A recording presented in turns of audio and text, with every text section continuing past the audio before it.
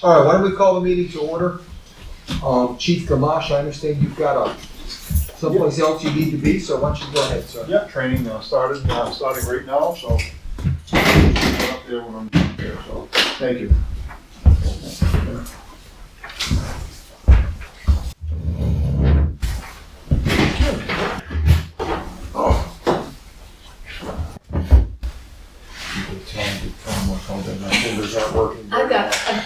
I've been working for the last half hour to get the black out from under my nails. Black mulch. Yep. All right, so my apologies for missing the last meeting. I was tied up in the neighboring town, well, not really neighboring, in Hopkinton. We get caught for a lot of brush fire there for a while. So 130 emergency incidents to date. Noteworthy incidents in the last 2 months. I'm not going to bore you with details, but we had a brush fire on Baptist Hill, a couple acres burnt there in the middle of the day. We had a good multi-agency response that stopped that from getting to a couple houses and fires. The Hackable Road rollover in the evening, right in front of Bet's house. Yeah. That was well responded to. Scales Road brush fire. Probably if Herb and I weren't in the station and didn't get out as quick as we did, probably another minute delay we would have burnt the house and a lot of propane tanks. So we got out pretty quickly. It was spreading. It was a really, really windy day. It was the same day as the Hopkinton fire. It was a high fire danger. So we're pretty fortunate there. The homeowner was pretty happy. That's all on scales. And then later that day, we went to Hopkinton, Beulah. We spent 4 hours there. They burned 6 acres. That's the day of the last meeting. I didn't get back here. We got toned out there around 3. I got back here around 7. They were thankful for our help. On 4/27, we had that large truck crash with the wood chipper on 93 South. I happened to go to that one along with 4 or 5 other members of our department. The extrication that we did, just Canterbury with the hydraulic jaws of life was absolutely, in my 42 years, is probably one of the top 5 pretty impressive extrications. He was really pinned in there. Do you know how I'm sorry, did you know how the gentleman that you extricated, can you say, or do you know how did he survive? He was in critical condition. He had major injuries, internal, external injuries. The doctor said if we didn't get him to the hospital as quick as we did, the extrication took about 20-25 minutes. So from the time he hit the tree to the time he hit the hospital was under an hour. And we kept that golden hour, but if it was delayed anymore, it might have been a different story. So last I knew he was in critical condition. So. Okay, thank you. So that was pretty impressive. In the Loudon fire a couple of weeks ago, well actually no, last week, we sent 2 fire engines there. They were there most of the night helping them with that big firehouse. So, yeah. So that was the incident. So last time I met you in dealing with an incident in New Freedom Academy, we had Belmont respond with us on 1 call. I met with the staff a couple of times. We've been going back and forth. I got some documentation from Chief Crotty and reviewed everything, and I just met with the Belmont chief again today. Let me just say we, and I say we, Belmont and Canterbury EMS need to be better. And it was mainly the actions of the Belmont people, but when they were in town, they basically work under our tutelage, you know what I mean? So we reviewed everything, we're turning the page, and they're going to use it as a learning experience and move forward. So.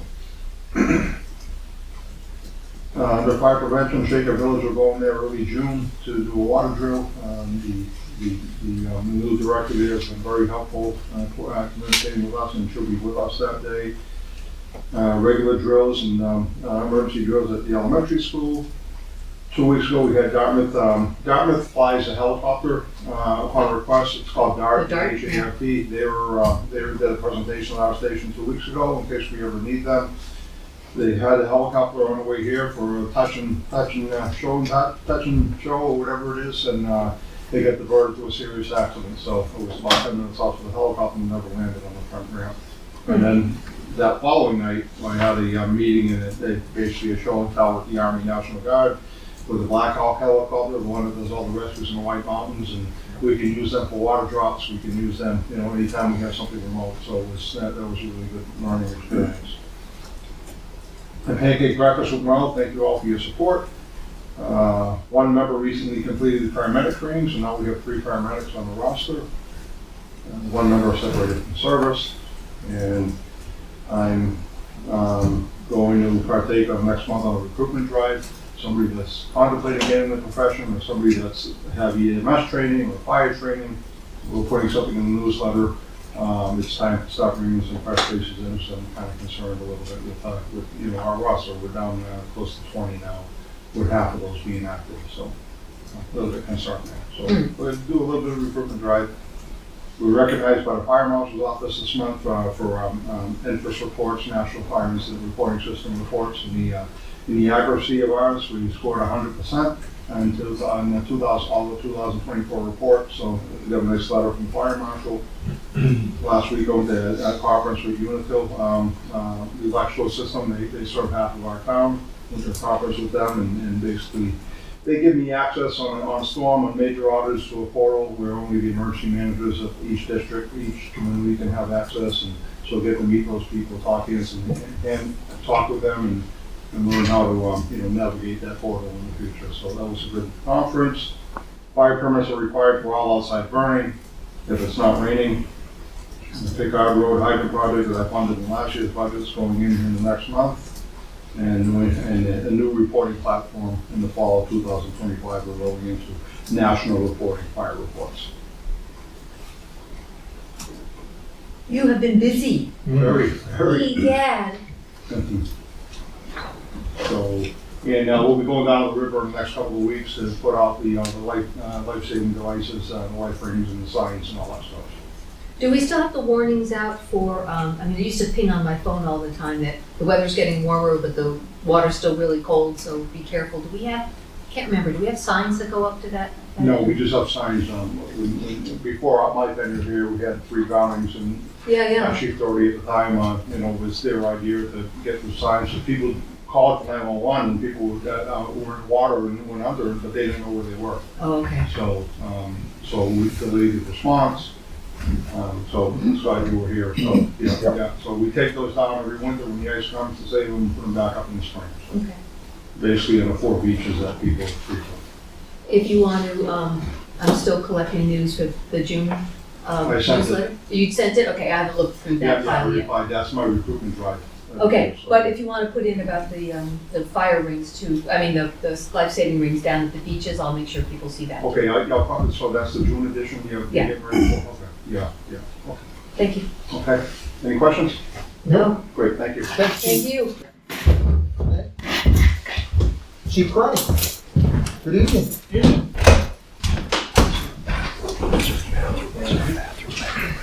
Thank you, sir. Thanks, Chief. You.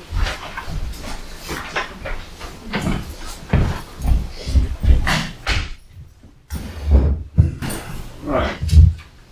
So since April 21st, we've had 11 incidents, only 1 accident, which is the one that was on Hackleboro. Yep. 104 citations, 418 calls for service, 4 calls were assisted by state police. We had 48 hours of miscellaneous training. May 14th, all officers went to Loudon Police Department for a training on mutual aid and pursuit. Officer Westgate completed his training as a lead instructor, which is for the school for law enforcement against drugs. Apparently that went well because they're now trying to get him to be an instructor for lead, which he'd be the only one in the state. Wow. A lot of logistics to work out with that because they would need to schedule him for 1 week, twice a year to teach classes. And you said that's Officer Westgate? Yes. Great. Upcoming events, we've got the CES parade on Friday and the Town Memorial Parade on Monday. Yep.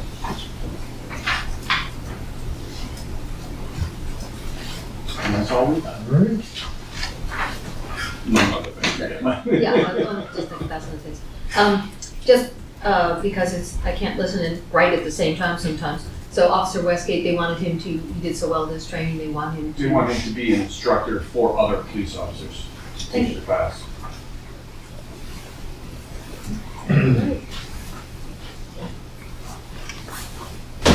Questions from anyone? I don't think so, thank you. All right. Thanks, Chief. Thank you. Everything is. You too. John? So the elimination, I guess, is me. It's all you.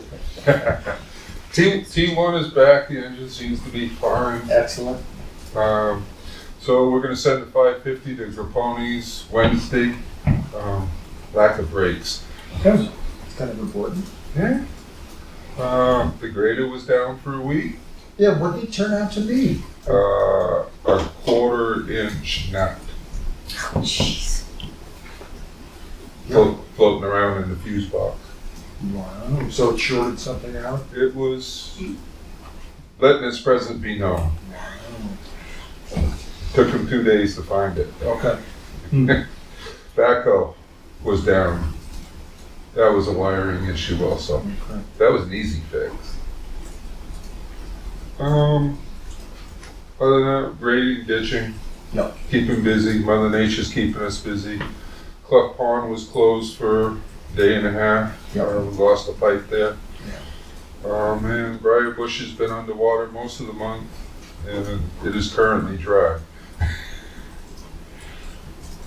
Yeah, it feels like the town is underwater, so it's wet. Well, and there's a lot of places where you can see the water, you just dug these gullies along the Yeah, side. it is beavers. No, like you can see where it, no, this is not beavers, I don't think. Yeah, no, but Briar Bush is beavers. Oh, yeah. Yeah. The logging didn't have anything to do with the culverts or anything down there. Okay. I know they were hauling past. Yeah, they made a pretty muddy. Yeah. Yeah. Oh, how the new culvert at Harmony Lane is holding up with all this? No reports of anything wrong, right? So, No, I drove by, it still did. yeah, good. Good sign. All right, questions from anyone? So I ran into a couple of people from Clough Pond, they were very happy about that fix so fast, so thank you. Okay. If they didn't say it, they meant it. Thanks, John. Thank you. We'll be disappearing for a bit on Thursday. There's a show at Sunapee. Gotcha. Okay.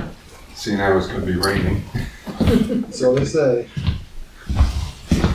Sam will not be here. We have the, Yep, I saw him in our.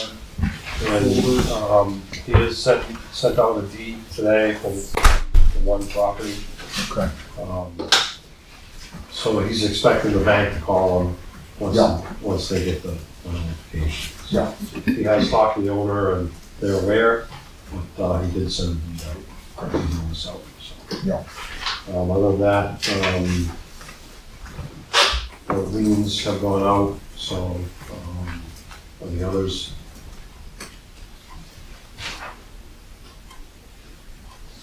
And the plan is to have the tax rolls out. You should have a warrant, coming soon for your signatures. We don't have one tonight.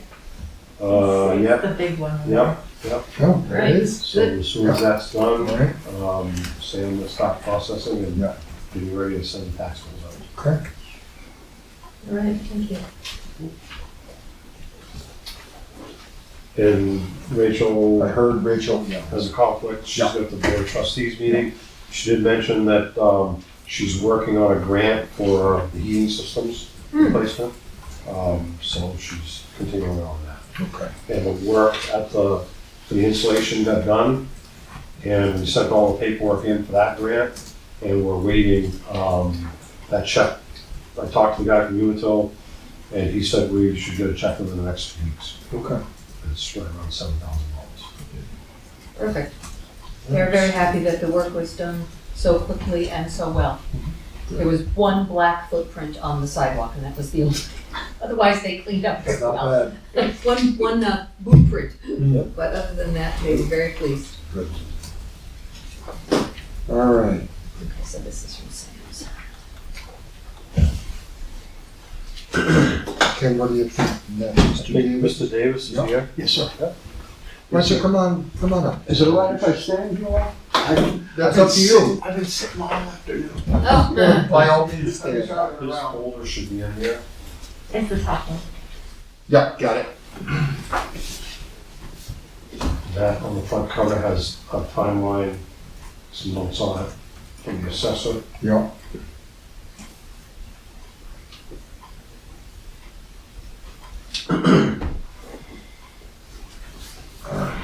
Pass that down.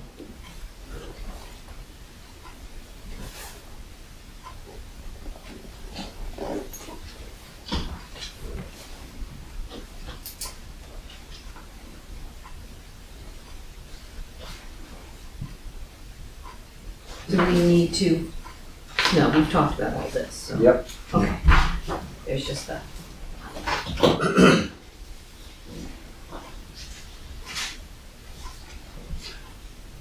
Go ahead. I won't take much of you guys. Yeah, go ahead. I appreciate it. Thank you for just giving me a few minutes of your time this evening, you guys. This is all kind of new to me. A few years ago, I took over that Beulah camp there on the road there. Shaker Road. Yeah. And basically, to make a long story short, the reason I came here, you know, we've been a nonprofit organization at least for quite a few many years.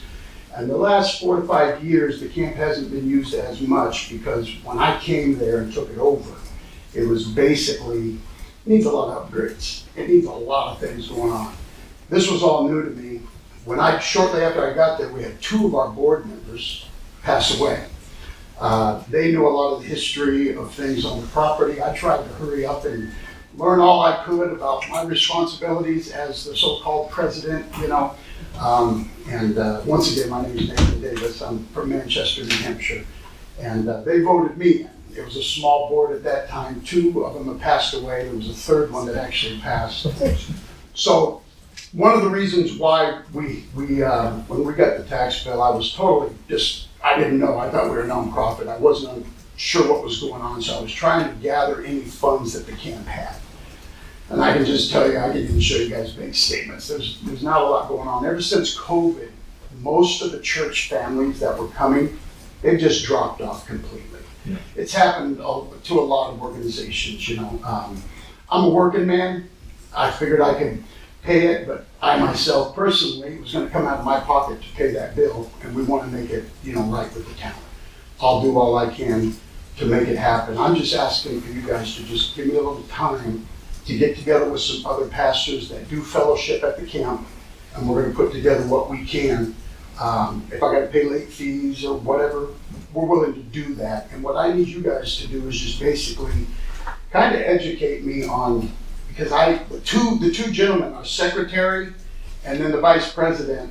Well, the vice president dropped right out.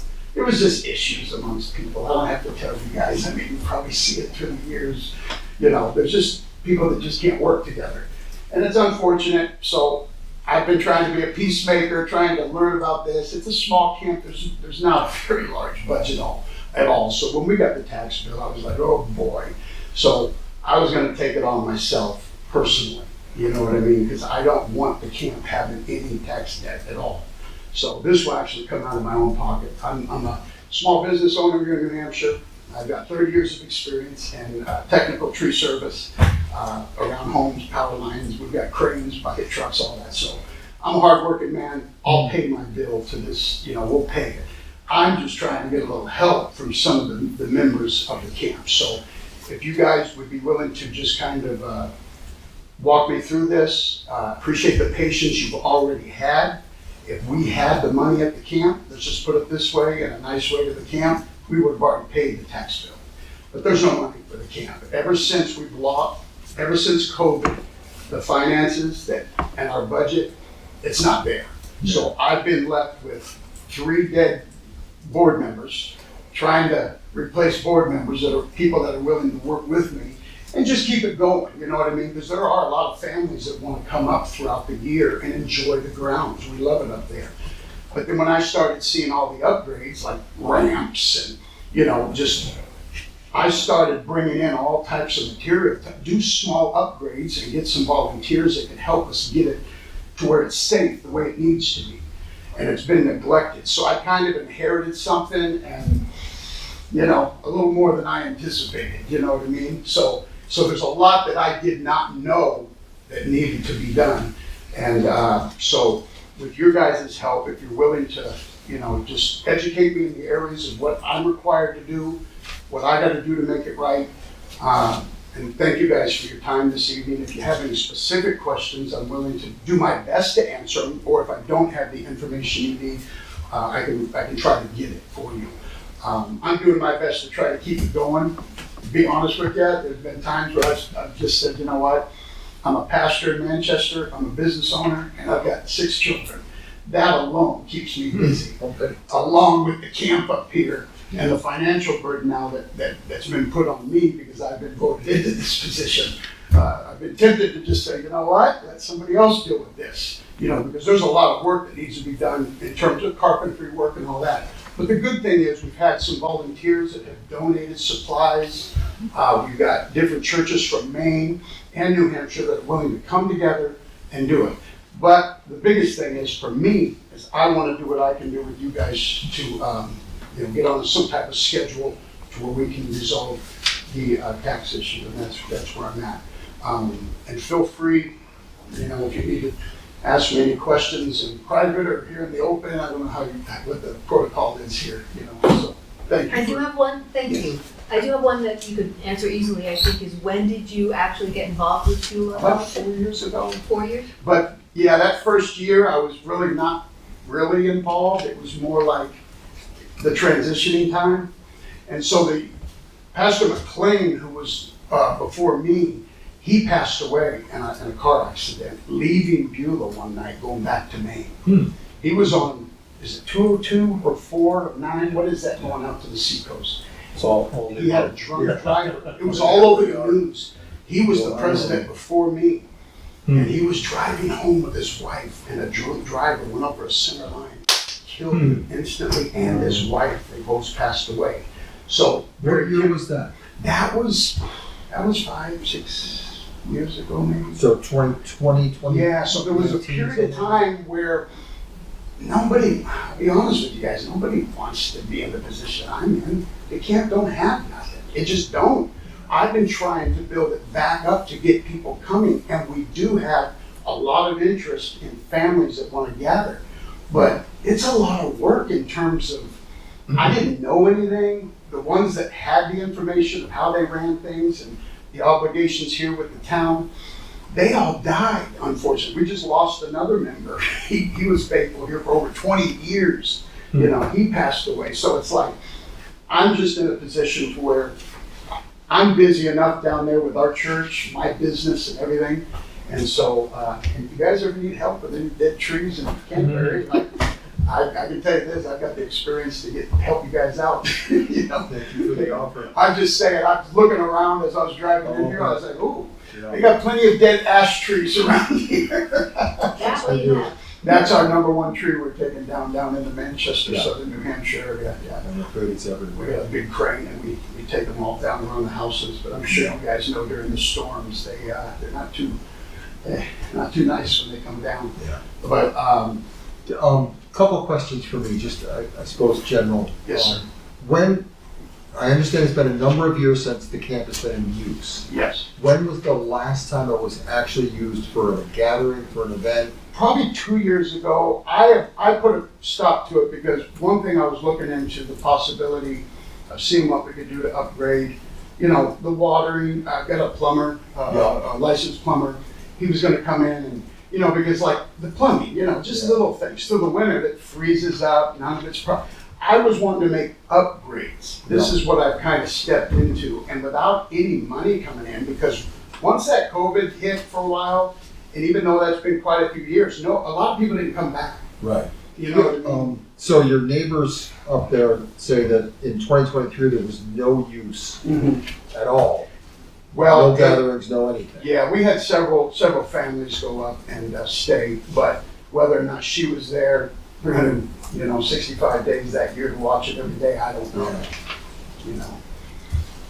The timing of it. We've had people go up there and camp and actually set up tents. And, yeah. How recently though? That I'm aware of right now, I don't really know the exact dates. Okay. They don't have to check in with anybody, they just show up to camp? They don't say? Well, there's 3 or 4 of them that work very closely with me that have keys to everything and know, how to turn on electric and all that stuff, which we've obviously shut a lot of that down during the off season and it's been so wet up here. But I would say within the last year, my brother-in-law, I had him go up there, he's been taking care of the mowing and doing some small repairs, like some of the steps and stuff. He's a carpenter, so I told him to park a trailer there and bring your power tools up there and just try to help me out to get some of this stuff. It's rotten wood, and I don't want anybody, and so I wish I had more, well, finances, to be honest with you. I would do what I could. Yeah. To not only pay the debt off for you guys, but I would put a little money into that. I put a lot of my own money into the camp. I don't want to be the one known to, you know, Mr. Davis, he's the one that, closed the camp, or, I don't want to be known as that guy. I want to fight through this and kind of push my way through and do what I can. I'm limited, obviously, financially of what I can do. I need the help of some of the others. That's why I was just mentioning to you guys that if I have a little bit of time, I can probably get some other pastors and people that come to the camp to help us. And if I had a check right now, I'd write it out to you guys. But it's just, unfortunately, I'm not in that position right now. Mr. Davis, have you filed your 2025 exemption with the town? So no, sir. This was totally unaware to me. The secretary, okay, who was taking care of a lot of that, okay, Martin. I don't know if you guys remember the Martins. They worked with Pastor McLean, the one that was killed.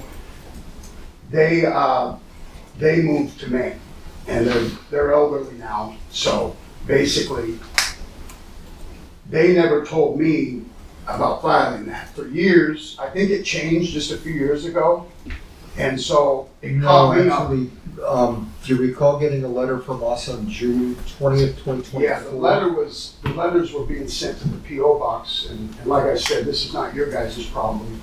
The I didn't address have was access to 7 Geneva Street? Yeah, that, I just presently, in the last 2 years, gave that to you guys. Yes, sir. So the letter of June 20th, 2024 gives you the whole procedure for getting the religious exemption, including the deadline for filing dates. That was what date, Scott? June 20th, 2024. Because, we talked about that right after I got on the board, about the exemption. Yeah. And like I said, whatever I owe you guys, I'm gonna make it right. I'm responsible now. Ignorance is no excuse. I'm in this now, and I'm like, okay, I'm not gonna be the one that drops the ball and puts the camp in greater debt because of my own ignorance of what, and like I said, because of some of the board members that did take care of this stuff, and the secretary, which now can't really help, I'm being forced to try to get people in these positions to kind of help me keep things going. So I was ignorant about a lot of, filing that document with you guys and as a nonprofit and all of that. So all I'm asking is just for a little patience with me to help maybe put a schedule out there to where we can, get this paid up. And whatever I gotta file, I'll file it. I don't know what you guys are willing to do. If you need to get back to me, I totally respect that. Well, I think honestly, the onus is on you to call Mandy Irving as soon as possible. I'm sorry, sir? Who's Mandy Irving, the woman who's been sending you the letters and notices? Okay. That's the Canterbury Town Assessor. So you can reach her Okay. at the Sam Lake House. Okay. Do we have a correct, is the address now? Yeah, the as far as- Geneva, that's where I want to send, yeah. Yep, that's where they've been going to. Yeah. Since 2024 at least. Yeah. It's been a little over a year, I think. Because I remember her specifically asking me, it might have been Sandy, did you say Sandy? Or Mandy. Mandy, I apologize. I remember somebody specifically saying, we've been sending it here, but it hasn't. Well, the secretary is the only one that had the key to the P.O. box in Concord. I didn't have it. So these are internal things that I inherited with a miscommunication. And anyway, to make a long story short, this is what happens, what I stepped into. So I apologize that things are not more in order. I kind of stepped into this, and it was, very challenging for me to get up to par on all of my responsibilities. Really, even the secretarial stuff got put on me because they stepped away.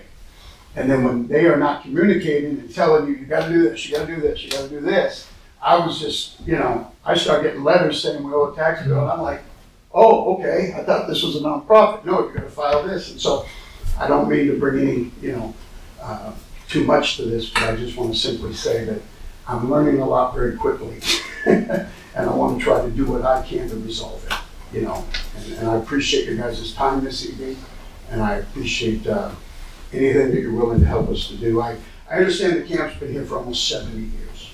So the very fact that we haven't had to pay, you know, it's been tax exempt for a long, long time, longer than any of you have probably even been on the board. So the very fact that, you know, we would all of a sudden start getting a tax bill, I understand that it wasn't getting used, but there's a reason why it wasn't getting used, you know. COVID hit a lot of nonprofits very hard, you know, and so there was a very little budget there, you know, even before then. So when we finally, you know, got past that hump, there's not much support at all. And so it's left me in a really kind of bind, because without finances, you can't do a whole lot, you know. So I'm willing to work with you guys. I feel you guys have been very patient, but at the same time, I'm just coming before you, just seeing what you guys can possibly do to work with us. Ken, am I correct that the taxes are for 2024, correct? Correct. It's 11,000. Yeah. And wasn't there, and I might be confusing this with another exemption we had come through at the same time, but the year before when the paperwork was filed, and we had a discussion about, you know, when the paperwork needed to be filed the following year to make sure that everything was okay. So at that point, was Mandy talking with Mandy had mentioned to me that something about the state had just notified the towns that you guys were not obligated to tell the nonprofits that you gotta file this, or you guys weren't responsible to actually send that paperwork out. Mandy told me that, and I was like, oh, so I gotta come down, or I gotta make some copies for each year and file it by this date. She was very kind to even let me know that. I didn't even know that. So a lot of these issues is because of my lack of, I'll just put it plain to you guys. The secretary and her husband, they were just kind of mentally not there, okay? So when they kind of stepped aside, taking care of all the, you know, the legal stuff, you know, the paperwork, when they stepped aside, they didn't fill me in on anything of how everything is ran. So this is all new to me. This is all, and so forgive me for sounding like I've drugged my feet. Maybe I have in some areas, just because I was unsure of what we gotta go file that. Oh, okay. And when you don't have people fill you in on that stuff, you know what I mean? Like I said, my plate's been full just with my own personal life. So I also am open to you guys, just educate me on anything to be able to satisfy, you know, any of the laws here in the town, you know. So at this point, correct me if I'm wrong, I'm not sure there's any action we need to take. You haven't filed for an exemption for 2025, so there's nothing. or for us to act. 2024, or did that one get 2024, it was filed late? late and you Right. rejected it. Correct. Correct. Because of the late time. Right. And then it was not filed for 25, Right. this April. And what happened in 2023? That was late as well, That correct? was late, but it was And that's all on me. accepted. That's on me, and I'll just tell you guys that, because of the uncertainty of, you know, of a lot of things, I didn't know, and then when I got hit with the tax bill, you know, I was like, okay, so this is where I'm at. So how do we proceed?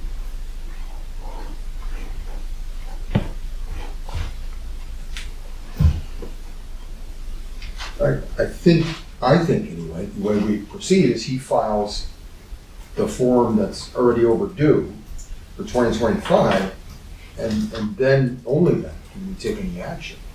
I don't know what other action we can take at this point. Yeah, I mean, the only thing, they owe over $11,000 Yeah. for 24. So you have some options there. You can abate the taxes, you can do a payment plan, or you can say, the lien has already been filed. Yep. So there's already lien on the property. So at some point, that's gonna have to be paid or forgiven by the town. And then you would have to address the 2025 taxes. And that's still 2024 that we're talking about, the That's 11,000. 2024.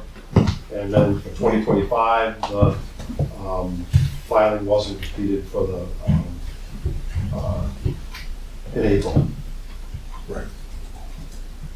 For the exempt status. Right. So you have to address that.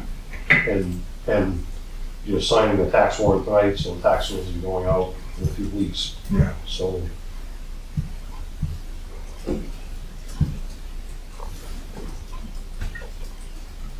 All right, so I'm thinking he should get that tax form filed, call Mandy. What are we thinking as far as the 11,000 for 2024? The problem is that it really hasn't been used, and it seems like it's undecided how much it's going to be used. You're going to find yourself in the same position again, having come up with $11,000 Yeah. for a piece of property that isn't being. And the way the tax laws are written, that if property, just because it's owned by a nonprofit, does not make it tax exempt. It has to be used for the purpose of that nonprofit. And the paperwork should be filed. Correct. Right. So that's where our assessor gets in a bind, because she has to follow a law that says if it's not being used for that nonprofit purposes, then it's not exempt. Yes, sir. So. And this is where I was in a bind, you guys. I seen things that physically, I told our insurance company, we're gonna get this upgraded, because you know, they wanna make sure things are safe. No, I wasn't gonna let people go to the camp, and then the camp gets sued. So one of the big reasons why there was that delay of not allowing people to come up there, I personally, as a father, as a family man, didn't want an accident to happen. You know, when you got loose banisters, and I want to repair all that stuff. Yeah. Frankly, a lot of the leadership before me neglected all of that, and I know the reason why. There wasn't the budget to do a lot of that. I'm going to try to turn that around if I can. Yeah. And I want to get the place in a really nice condition. I've got people willing to help to get things built back up.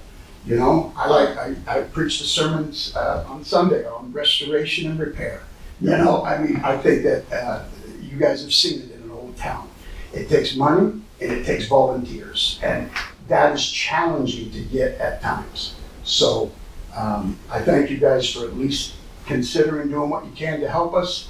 I'll pay, you know, what we are responsible to pay, and whatever you guys decide, I will honor it, I'll respect it, and I'll do my best to make it right. Then I guess the other question is, should Joel be visiting? I would say, building code requires an assembly permit. Yes, sir. For, buildings that have, I can't remember what the number is. Our building inspector may want to meet with you to look at the buildings, determine what they're being used for, and then see if they're up to code. Okay. And if they meet the requirements to have assemblies in there. Yeah, so the newest building I know was seen by somebody quite a few years back. That's the newest one. Yeah. The previous president built one where we actually kind of gathered and had a church service. It's what you call the main sanctuary or whatever you want to call it. How many people will that building hold? I don't know what it's actually personally. I think it might be 150 maybe. Okay. I'm just throwing a number out there. Yeah, understood. But I can tell you this, it's usually under 50. Okay. Yes, sir. I didn't realize the building was that big down there. I always thought it was just a It's not campground. finished on the inside. Yeah, it's not finished on the inside. It's just 2x4s, you know, so it's used just primarily for the summer season, fall season, you know, warmer weather season. Yeah. It's not got sheetrock and insulation on the inside of it, yeah. Yeah, I think that's not even 10 years old, I don't think. All right, so what I'm thinking is, you should be calling Mandy ASAP, Yes, sir. getting your 2025 forms filed. Yes, sir. When Joel calls, talk to him about him getting up there and looking at your buildings. Certainly, only speaking for myself, I'm certainly willing to talk about a payment plan. Yes, sir. I don't know how the other board members feel about that. I don't think it's anything we need to decide tonight. No, but what I would like is some sort of communication from the town, Mr. Davis, with a response that says you got it and you understand what it means. Mhm. Because it seems like we've had problems in the past communicating, whether you get the letters or not. and you get a letter and who have you talked with and what they said, I think we need to be very clear that we don't find ourselves back here next year Yeah, the response. having this conversation again, because this seems like the second time we've had the conversation. And I'm willing to help, but I think I'd like to see good faith on your part that Beulah Fellowship is working as hard to make it right. Yeah, yeah. So- And not just you saying making it right, but that Yeah, and one of the biggest things. that you sign on the dotted line, that you Yeah. understand Yeah. what you need to See, do. this is coming out of my own pocket at this point, to be frank with you guys. Whose ever pocket it is, we need to And- know that the pocket understands Yeah, and the I, rules. yeah, the camp, that's like trying to get cracker juice, to put it plain. I'm gonna be the one that I hope restores it back to where it needs to be. And a lot of this, probably if I had better communication with the ones that previously had it in their hands, I wouldn't be going through this right now. Those would have been filed on time. So forgive me, that's not an excuse, but I know you guys know, there's people we work with that are not very good at communication. And there's people we don't see eye to eye with, whether it's church, whether it's government, politics. We don't have to tell what's going on in politics today. There's a lot of stuff going on. But here, I will be more than willing to be accountable to you guys with saying, yes, I received it, I read it, I understand it, and I will do my best for the town of Canterbury to do what I gotta do to pay this debt off. And can we put a time? I mean, I know sometimes we can put Well, a time he's- frame on things. Yeah, I mean, you're late already with your 2025 form by, what, a month? A little better than a month? Yeah, I'd asked if I could get that form sent to me, and Yeah, so a little better than a month. I didn't know where those forms were readily available, so I'm gonna make like 10 to 15 copies and Yeah, store them away in a file, because yeah, before they told me when I took over, oh no, they'll send you that in the mail. Well, I never received it. And then when I talked to Mandy, she says, oh no, we're not obligated to send you guys it. So here I am getting conflicting info, you know what I mean? So that's what I mean. I think what I've dealt with the most is the breakdown in communication from my predecessors. Those that were before me. yeah. I was this kind of learning as we go, unfortunately. It's like if you step into your new position and these guys don't tell you how this stuff works, you're kind of lost. I mean, That's why I go to the seminars. Yeah. But I So thank you guys for at least your consideration. I really, I thank you for at least considering to work with me. If it was up to me, there's a part of me that's like, hey, let somebody else deal with this, but I'm not a quitter. I'm a hardworking man. I work my hands to the bone to build my little business. We're not, millionaires by any stretch of the imagination, but I'll take my own personal money and do what I can to faithfully make the payments. Yeah. And I'll call Mandy Yep. and talk to the other gentleman. I think where we should leave it is when we get your 2025 form. Yes, sir. Let's talk again. Yes, sir. You would want me to come back here, sir? Okay. Yep. And that gives you guys some time to Exactly. assess everything. Can we, I have one more question. No problem. Or two, please. And do not take this in the bad way that it might sound. Do you have a computer that you use and get email on? Yeah. Okay, I only ask that because I know a lot of people who don't. So just checking, do we have a current email address for you in case we also need to communicate yes. with you that way? Yeah. I found a couple of them in spam, but that's all right. I learned that Okay, the hard but we way. have, and Cal, you've got that, or? But I'd have to look in the file, we probably Yeah. do. I think it is updated. I hope. I'll check with Mandy. Will If she not, be we the have a one? phone number. we Why can- don't we check right now, so Okay. we know, and then It should time be, won't go by. it should be a treemanuphigh@yahoo.com. Cal can put that right in there, if that's okay. Yeah, Is that all right? Don't see that anywhere in the paper. Oh, it might be being sent to somebody else, which is Well, then. probably my Can you say that again? Treeman, TREEMANUP, HIGH @yahoo.com. That's my own personal one. Yeah. Thank you guys. All right. Hey, Thank you. Thank you We for know your how to time reach tonight, you. you Thank guys. you. And sorry for, I wish I had the, but you guys at least talk with me. Thank you very much. Thank you, Mr. Good night. Davis. It's a hard thing to plead your case, so thanks for coming in. Well,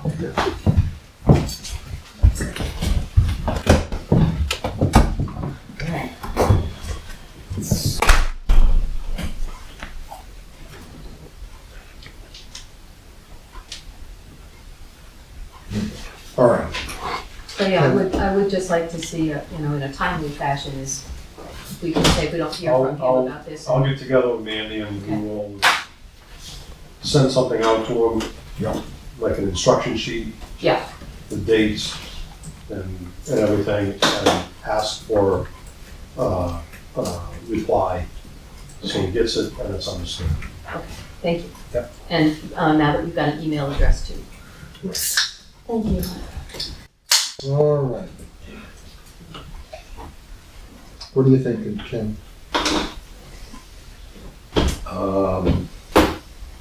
Megan's here, I don't know, you wanna? Looking to Were speak with were us? Speak or listen, Megan. What would you like, or both? Perhaps both, but Solid Waste Committee, not here in my role as planning board member, here as resident. Okay, yeah, do you wanna? Sure. If- Is if anyone you wanna else here talk? speaking about solid waste? Nope, no one. No? No one? Okay. Join us. Interesting.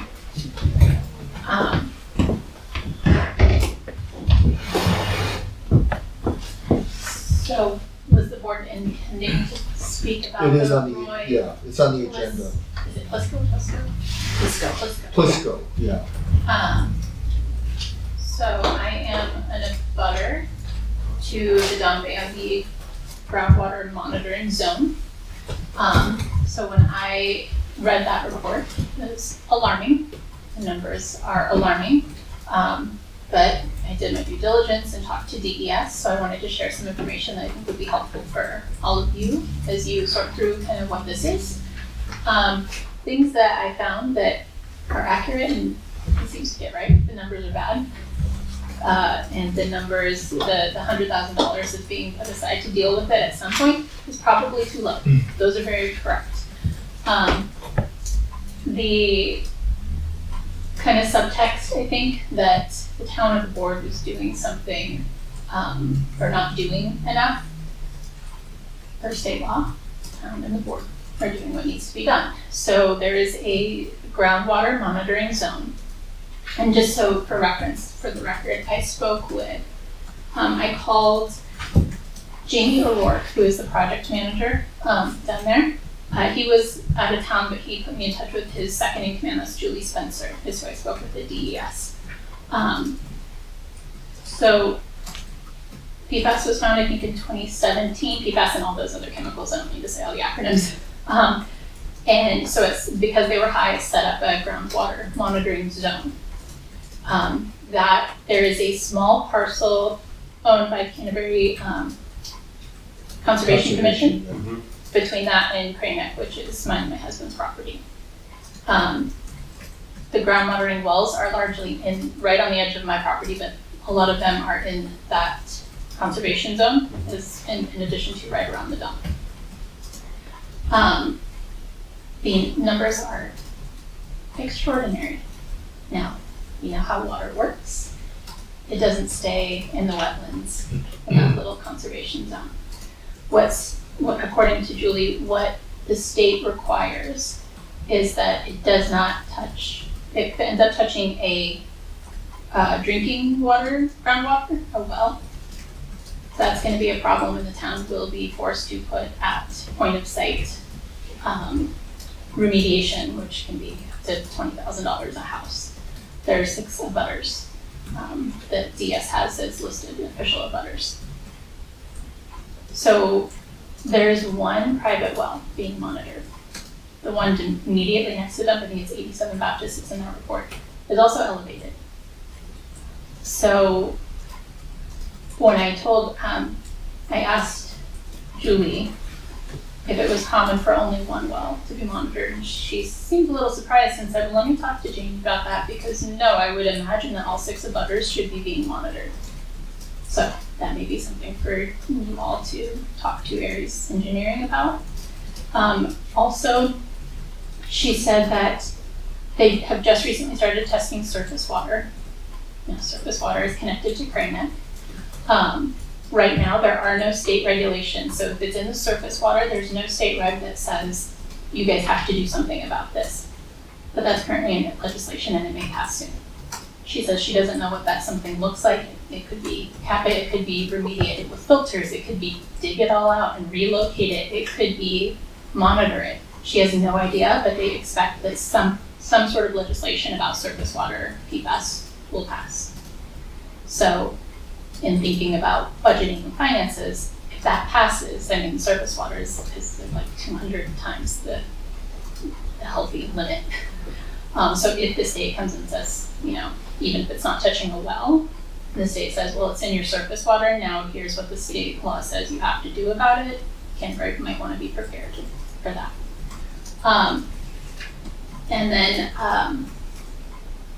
let's see, what else did she say? So I talked to her about getting private testing on both Crane Neck, which is our pond, I don't know. It's a 10 acre, so technically the state owns it. Our deed says we're principal owners.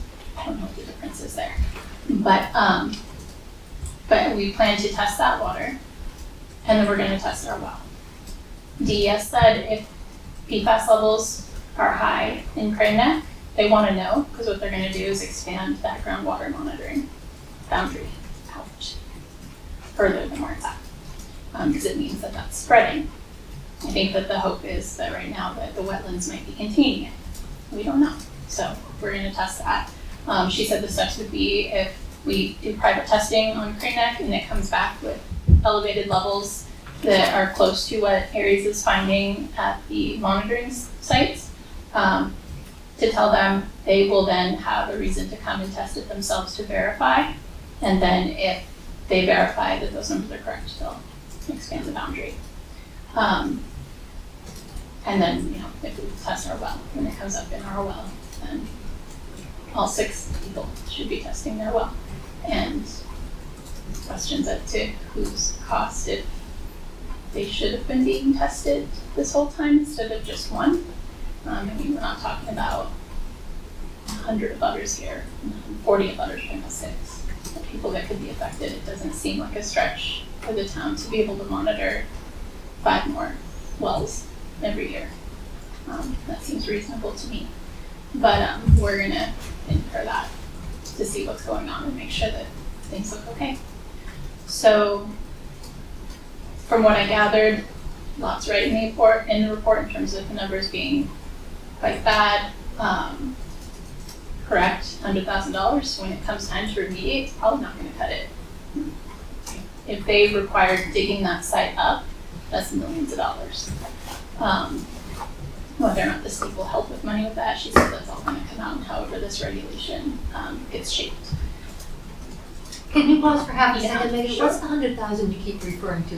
What's in the cap reserve for? I think so, it was in the report. Alright, I so didn't, if it's talking about the cap reserve for capping the landfill, there's 153 in there, Yeah. just so you know, so it's half again more. yeah, and It's still not as much as you might need, but just so you know what's in there. yeah, and also, if that's reserved for capping the landfill and remediating PFAS are separate. Separate, So I yes. don't know what the rules are for you guys. If you find it in a well, can you use that to put point of site filtration? Because that's not capping, that's just filtering the PFAS out. It So would depend on the wording of the warrant. I Right. believe it's just for capping the landfill. So that might be something for Yeah. you all to look into, going ahead at future warrant articles, the potential need to set aside money for that if this is spreading, and if it's on the other side of Crane Neck where we'll be testing, it's spreading, it's water, so yeah, that's the information I wanted to share, and I do, you guys are always striking a balance, I know, between trying to keep taxes down and then trying to do the right thing. The state isn't requiring anything, but as you guys consider, you guys, I'm sorry, Beth, you all consider, it's a habit, you all consider. I'm okay with the royal you guys. Okay. That's fine. I do not have a problem with that. So, as you consider what to do with that site, I know there's a bunch of questions about where to go with that. I don't have a preference, I don't care, I don't have skin in the game there, I just care about what's going on with Crane Neck. We do want to keep taxes low. It is also in our plan for tomorrow, dozens and dozens of times. Keep Canterbury a place safe for wildlife habitat. Preserve our natural resources for coming generations. Environmental protection should be of utmost concern. Habitat preservation, providing clean water to our community. efforts to maintain groundwater purity should remain a particularly high priority.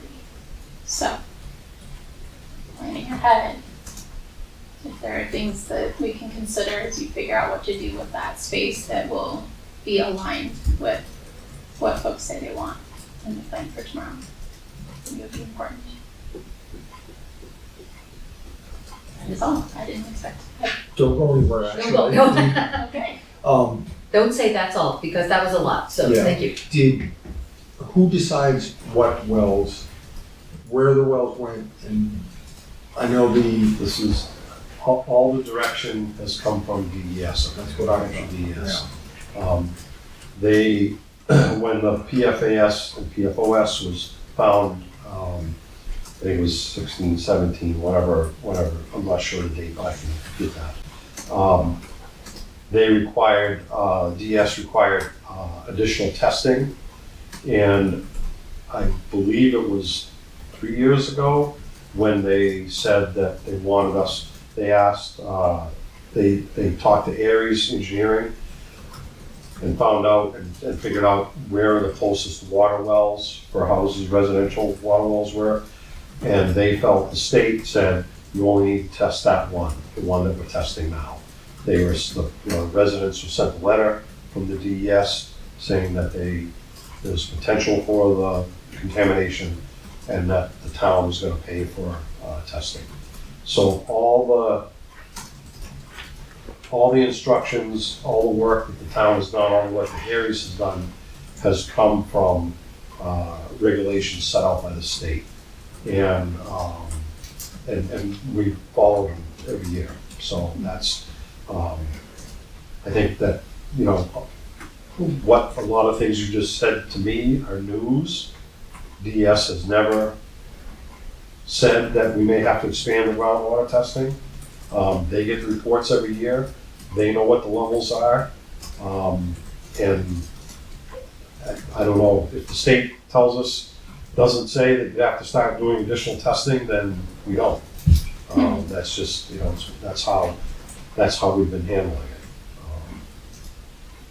Yeah, and I think that was kind of born of the fact that we're willing to test Crane Neck, and that would be useful information for them to know, because their concern is that this is being contained. They're looking for, are there increasing levels, or is it within normal fluctuations based on, you know, how much rain and all that kind of stuff? Is it remaining a steady level on those sites, and then is it spreading? So I think that they're looking at surface water as a fairly new thing. I don't think that was when the groundwater perimeter boundary was established. They weren't looking at surface water, but now that we know it's in surface water and there's fishing advisories in some ponds and things like that. And that could be a thing too, where, you know, if they're extending that to monitor Crane Neck as a public waterway, I mean, anybody can go back there. It may be they need to post, you can't fish or swim at your own risk kind of thing there. So the state wants to know if it's in Crane Neck. Right, and isn't the fishing advisory for mercury? Yeah, They have it for PFAS now, it's in, Okay. it's on the cross. But I think actually there's a statewide advisory for fishing due to mercury as well. Yeah. So there's a lot of bad stuff, unfortunately. All right, May I ask a question? please. Yeah. Do you know, I imagine that the contract with Aries is just a comprehensive number, but do you know line item, not off the top of your head right now, but is there a way to ask them line item, what does it cost to test? Like just this well, what part of this total cost is just that one well, and what is it to cost? Yeah, I would guess that based on you know, our history with what it costs to test the wells we have, they would be able to estimate how much it would cost for additional wells, whether it was 1 or 3 or 5 or whatever. They would be able to estimate that. It's the cost of the testing is not the labor for the engineering firm to come out and get the samples, the cost is the lab work. Yeah. That is where the high cost comes from. Yes. And because of, I guess, the prevalence of this, that this is something they're finding out is more prevalent in different places. Labs are being asked to do more. And so, just like anything else, for demand, when the demand goes up, the cost goes up. So so I don't know, I'm sure they can estimate it, but we wouldn't know until we got the final bill. So, yeah. And Ken, did you say that when the issue first arose, whenever it was 2016 or 2017, and letters were sent to the abutters that there was? Yeah, the only letter that was sent was to the neighbors to get their water well tested. But to those 6 neighbors or to? Nope, just that That one. one, and that one That was was the what one, the DS said, that this water well had to be tested for that neighbor, and so they were sent a letter from the DES, letting them know, and then Aries Engineering does the testing on it. This was brought up at the town meeting when this first came up, because it required additional testing. right, So the budget, it didn't double, but it almost doubled. And so we explained at the town meeting back then, that's the reason why the testing was increasing, the cost of the testing was increasing, was because they had found PFAS and PFOS. right. We did extensive checking on history, what could have caused it. It's a result of a lot of different things. One of the things is firefighting foam. And the question was, were there any big fires up there that they used foam on? And we checked into that, and we couldn't find anybody that remembered the fire department using foam up there to put out a fire or disposing foam up there. Nobody had that awareness. So they don't know exactly where, and apparently, as time goes on, everybody finds out more and more about these chemicals and where they're found. Scott and I were both on the fire department, and they're finding out now that it was in our turnout gear. So, It's, to my knowledge, the old landfill was unlined, correct? correct. So It is uncapped. trash is buried. Right, and it is uncapped, and that's part of the concern is about the cap. The cap is it's a barrier that prevents any rainwater or meltwater, I think, going down through the buried refuse. So suffice to say that currently no more, or if any, PFAS is going in there that we know of at all. So any PFAS that's right, been it's no found longer landfill, so has nothing been else is from being. however many years ago.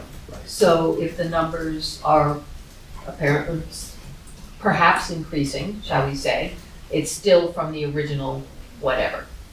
Okay. My bigger question is, so in 2016, when this came up, and the one person was alerted that their well needed to be tested, and it came up at town meeting, at that time, I mean, this was long, obviously, before you were in town, did any of the other abutters say, we want to be tested too? No. They could have? They could have. Okay, but no one did? No. Okay. But everybody was aware because it was brought up in the public, Well, public of, It was Town brought up at town meeting. okay. Yes. Right. So they had to have been there. Right. That's Yeah. right. Yeah, typically, as we all know, How many people go? Yeah, that's, yeah. 200. Well, and yet again, that's part of the, the onus of the people who were right there to hear that this, I mean, you obviously heard that this is an issue and went out and did, research and talked to people and found out what this meant, but, that brings it, that started back in 2016 and here we are today. Now it's a bigger issue, but it's just coming, it's just, people are just getting concerned about it now where they could have been equally concerned about it. Yeah, and again, to 2016. reiterate, the town did everything That was required to do. Yeah. The state said you have to do this testing, and the town did. So I'm not an engineer, I'm not a water scientist, none of the board members were. I think that, we followed what we considered the experts' advice on notification and testing, and so that's what we did. And Aries too, of course, working hand in hand with DNS, DS Yeah. to fulfill their requirement. Yeah, I think it's also important to highlight the knowledge of what this is and what the impacts if people is evolving. People may not have been as concerned because they don't know what Right. PFAS is. Now we know what it's an endocrine disruptor. Yeah, It and that causes was cancer, the like thing, people back- didn't know. Back Okay, when so it was, that's- when we were notified, this is what it was, there wasn't the awareness that there is today, Mhm. so. Was that previous to St. Gobain down in Amber? I think it was right around the same time that was coming up. Well, That was, sure. I mean, in the last 3 years, I mean, I don't know how many emails you've gotten, Scott. I know I've gotten some from both being in the military and being on the fire department, that I'm eligible for these lawsuits, these class action lawsuits. We were actually, the town was actually subpoenaed by 3M, who manufactures a lot of these chemicals, particularly the firefighting foam, to do a statement on what was used up at the transfer station. So we have all those records where we were subpoenaed on by a law firm that is handling a class action lawsuit about this. When was that, Ken? Uh, I mean, recently or like, It was, Years ago. I think 3 or 4 years ago, 4 or 5 years ago. I still all have all that stuff, yeah.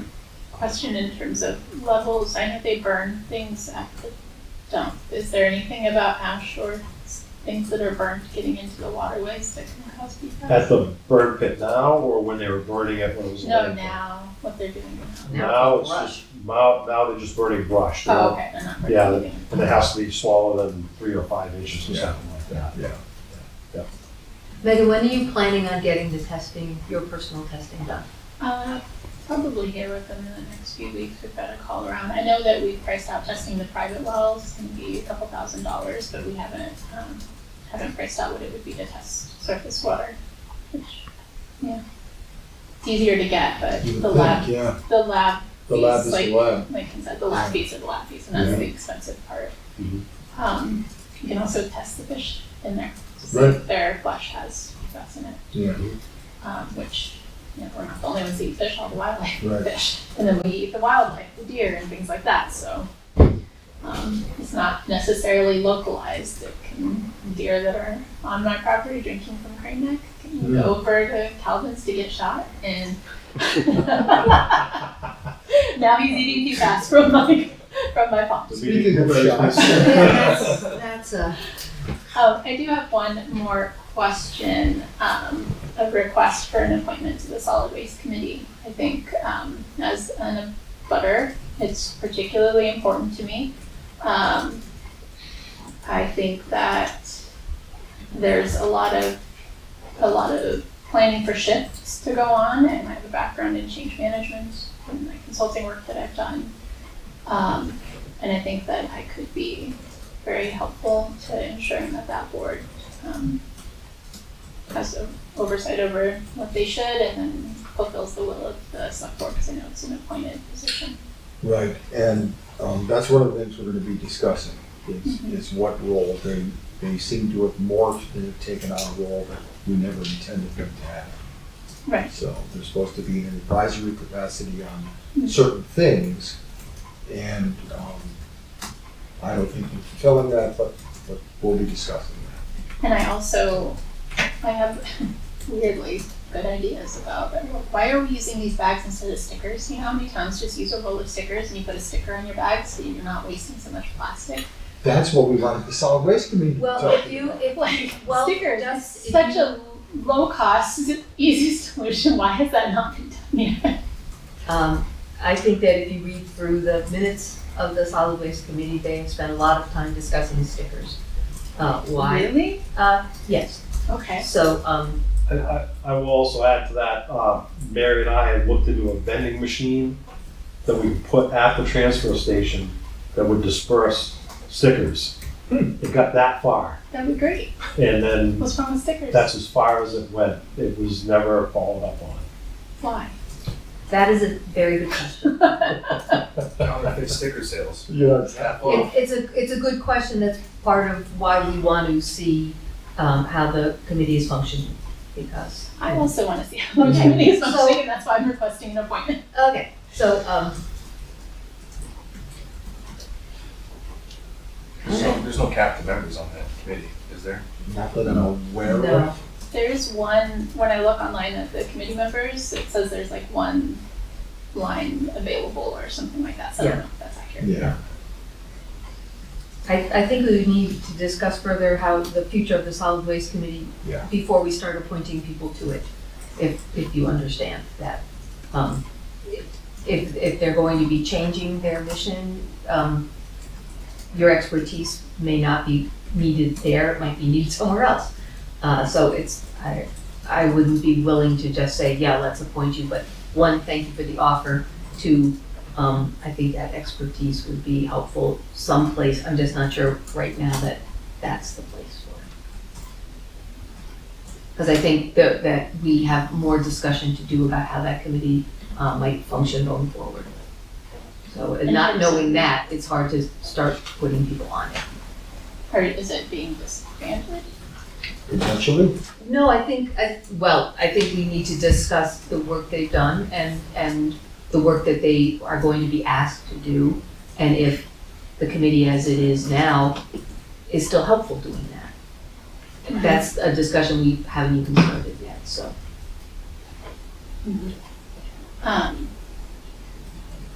Is everyone that's appointed to the solid waste committee or appointed to any appointable committee right now appointed because they have a specific expertise, or is this also aligned with the fact that the town is constantly calling for volunteers to step up and do something particularly young people? So here I am checking both of those boxes. Yes. And it won't be considered. No, I think what we're saying is that it just won't be considered tonight. Yeah, no, Yeah, not that it wouldn't be considered at all. Oh, no, the advice, if you got that impression, that is not what I mean. Yeah. I think just before we appoint a person with expertise to a committee, no, that's not what I meant to say. What I mean to say is, it doesn't make sense that if we're unsure how the committee is going to function going forward, it makes sense to just start dropping people into it, regardless of their expertise. It doesn't mean that the offer isn't absolutely appreciated, and that if that expertise is needed, we know where to go for it. That's not what I meant. Didn't want you to get the impression otherwise. Okay. Did I make that clear? I meant to. I think I talked backwards a little bit, but. How do, I've not been elected, not appointed, how do those typically go? Is it So- someone makes a request and then time? Yep. And then the select board acts on it, and typically, rarely we deny, I can only think of one in my time on the select board, and that was on the CBA. Okay. But it's rare, so it's a pretty simple process. It's just your timing. We didn't expect you tonight, and the solid waste committee is on the agenda for different reasons than you're here for, so. Oh, I thought this was to talk about the report. Nope. Okay, No, but it's- One of the things we're talking about is the report. So, I see. issues with someone who purports themselves to be an expert and is not, so. And it's not here to talk about it? That's odd. It's on the agenda. So will I be notified when there will be a discussion about my appointment so that I can be present? Sure. Because sometimes things just say old business and then you get brought up and you don't know. So can I be notified, hey, we're gonna talk about the potential for Megan joining? Yep. And I've never actually done appointments from this angle. Usually they come from the committee to us. Like the committee says we have a person who's interested in joining our committee. Sometimes. That's why Yeah, it goes not both always. ways. Yeah, I'm new to this too, Megan, so I need to figure out the process. Okay, so it can go either way. still an appointment slip, Okay, so, yeah. okay. So is Megan sitting here in the meeting and in the minutes saying I would like to be appointed to this is sufficient to start the process? Absolutely. Okay. Yeah. Okay. Any idea on timeline for that? No, we're gonna talk about solid waste committee tonight, Okay. so. Which you're welcome to stay for, of course, but, Yeah. we just haven't gotten there yet. You know? This is, the report is looming large, shall we say. Mhm. Well, hopefully I provided some clarity. Yeah. Yeah, thank you.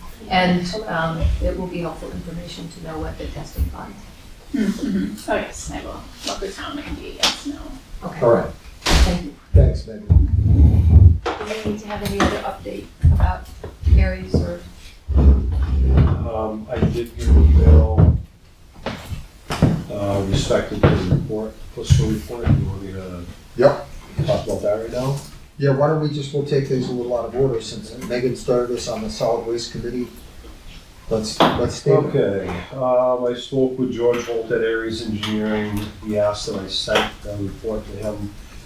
He read it, responded. The simple response to the report is, management and monitoring costs associated with the landfill will not go away if the transfer station is moved to a new location. 2, the environmental liability will remain, although discussions with DES and HDES officials do not contemplate further action presently. 3, future development at the landfill will address environmental liabilities and avoid work in areas of known contamination. 4, development of contaminated properties has been a focus of both EPA and New Hampshire DES over the last 20 years through their respective brownfields programs that focus on redeveloping and reusing contaminated properties instead of developing new greenfield properties. That was it. So brownfields, that would be something like the tannery over in Correct. Boscawen and Pennacook, where they, Plenty around. yeah.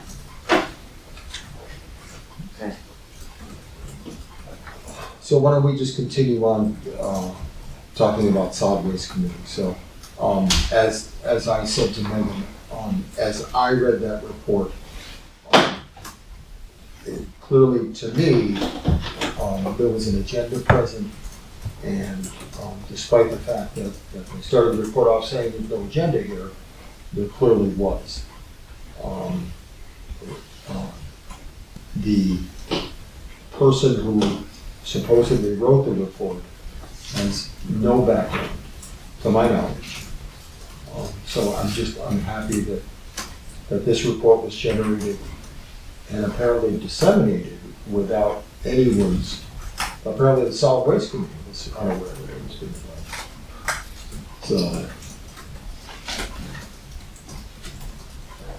And then you just were at a solid waste committee meeting, Yes. right, after that came out, I think, right? Well, the report was, I guess, sent to us on Friday and then was handed out at the meeting on that following Monday and discussed with the committee then, and most members were not aware that that was coming. I don't know if the chair was or not, but I think most members were not aware that this report was coming. Yeah. And I know that certain parts of the report are, again, and certain parts of the report have pages that are taken from Aries documents. I am unsure of the context, the way they're presented in that report. Again, I'm not the engineer or the water specialist, so I hear words like contamination, and I don't know what that means. Does that just mean it's present? Or as, I've talked with Megan, does that mean that you're living on, a toxic waste dump? There's a range, and I can't tell from that report what that range is. And it feels like, from the introduction to it, that it's more skewed towards the scary than the helpful. And if we go back to our budget prep process for last year, the chairman of the solid waste committee appeared with a $2 million warrant article that we knew nothing about, and apparently he had taken it upon himself to go look at properties around exit 18. So, I would certainly call that obstructionist. We seem to spend our time battling the solid waste committee. And I'm frustrated by it. Well, I can see the importance of them having their opinion about a new transfer station, and I can see why they would have good reasons for thinking it. What I have a problem for is how they got from point A to point B, because it is not reflected, as far as I can see, in the discussions of the last 2 years. There were many discussions about bags and stickers and labels and But the solid processes, waste but that committee- wasn't, Right, but they're not supposed to be the ones telling us to move from that site. no, but their discussion was balanced on that, and it was only at the very 11th hour that the prospect of moving the transfer station was referenced in their minutes. Right. And due diligence might be cited, but I don't see it. And that makes me cautious, because where did those discussions take place if they weren't taking place in their meetings? Right, they're not reflected in the So, minutes. no, they're not, until like October of 2024. Right. And the previous meeting, it was just a mention. So to me, it's so that's why I have, not that it's not valid to look at moving the transfer station, but I don't see how that committee came to that conclusion. Right. And at no point in any of the discussions were this report or anything that might have been found in this report. It was just, it's an uncapped landfill and we can't build there, but nothing else was mentioned. And the fact that they were told they couldn't build there, again, there was no reference to who told them that they couldn't build there. And when was this? There's a lot here that doesn't have times or people. So that's my concern with the process of this committee, that I don't see the evidence of how they got to their conclusion. It just, Right. it doesn't show. They may say it, but I don't see it, so that's my concern. Yep. I'm also concerned when you get calls and you hear murmurs within 36 hours of the report coming out of the concerns that people have and not being able to have a report presented. There was no, you were at the meeting, was it present, I don't know, was it presented, was it put in front of you and walked Yes. away? We have this is a very nice, I have a copy for you, a very nice 50-page report that was prepared and copied and printed and bound at some expense for the person who presented it at that meeting. So I just guess the way that information gets spread and manipulated very rapidly, especially in a small town. You talk about the panic factor or the potential skewing of opinion or view. It's very easily how that can go south and you're creating an issue that doesn't necessarily need to be created. I don't understand PFAS numbers. I'm not a scientist. All right, I'm a carpenter. I don't know what X, Y, and Z equals, but I can look it up and I can read it and I can try to write the report. But if I don't have Aries or a subject matter expert explaining to me and saying, hey, 88 part per million is elevated, but the acceptable tolerance is 100. Again, I'm making those numbers up. If you just see elevated, you kind of No, that's what I mean. There's a difference between, yes, it's there, and oh my God. And can we mitigate, or how do we mitigate? Yeah. Is it safe to mitigate? Like, I just, that's the part of the last, couple months of solid waste that's sort of bothering me, is the way that it's being operated, information's getting out or being projected, and it hasn't really been discussed with us, or, I knew nothing of that report until Friday, I think, when we got the email. Right. And no one else did. Right, and I figured we'd have a chance to discuss it way in before it became kicked out to the world to see, so that's tricky. Well, and it's again, as we've all learned recently, that if you're going to present this in a public meeting, it's public record. Anybody could have, they were somewhat hesitant about perhaps talking about it outside of meeting, but at that point, we weren't using the Zoom, But anybody could have zoomed in, anybody could have walked in the door. It's a public meeting, that's the point. So this is now public information that that I think feels like it was shared a lot more willingly than perhaps the other discussions about moving the transfer station. This dropped, but other information, you know, wasn't brought to the select board, as you say. We weren't presented with plans. There's certain things in here that, you know, our improvement plan at the time was denied. And I said, my first question is, well, what improvement plan? And who was it presented to, and when was it denied? Because none of that is documented either that I found. So Right. that's my issue. Yeah, the only improvement plan that I was aware of, my first year on the select board, there was a plan to build a cupboard, if you will. Mhm. And that year, the bill, I believe, was $80-some thousand. I can't remember the exact. Oh, to put the roof over the Put the roof over the buildings eggs. to keep people Yeah. dry when they were doing Correct. recycling. And that didn't survive the budget process. So What year is that? had to be 2023, I believe. Really? Do you remember? No. Counting backwards and things. Yeah, I think it was 23 or Really? maybe 23, 20, yeah, Okay. yeah. What may contribute to the conversation is the mission statement and the charge from the Board of Selectmen. Yeah. Right. Do you have the mission statement there? I do. In one of those folders, old and new business, is the proposed meeting also.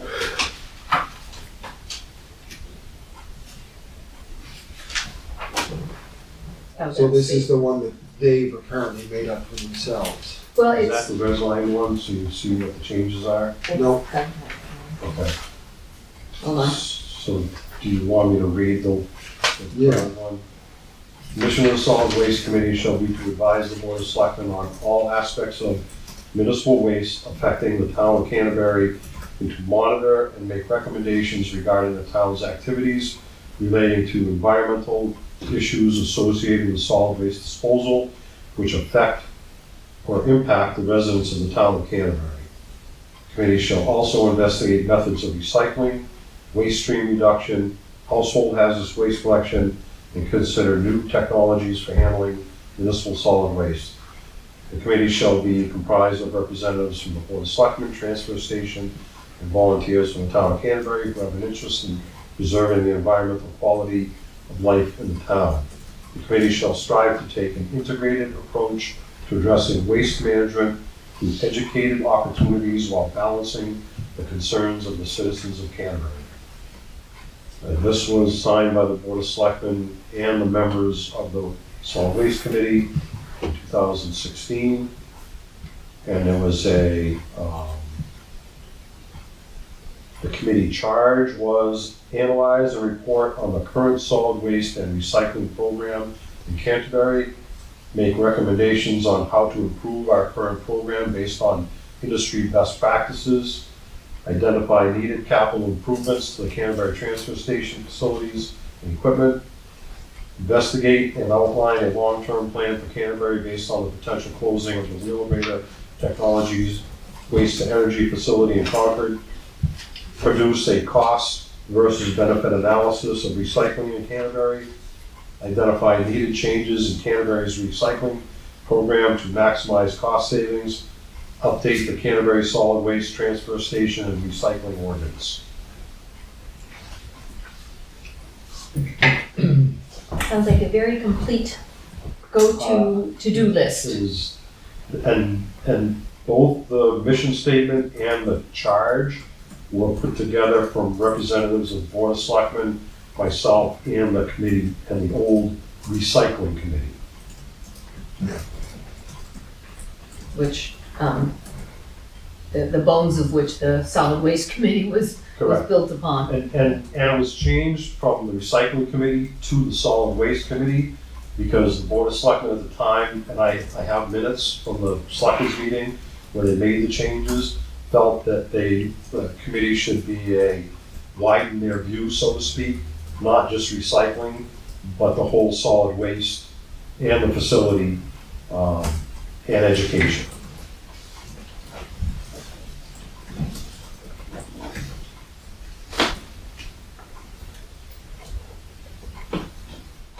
So that, oh, I'm sorry. No, is Go ahead. public, is public allowed to comment? I don't want Sure. Oh, yeah. to. I have Comments. Are there bylaws for this, the same like elected No. boards?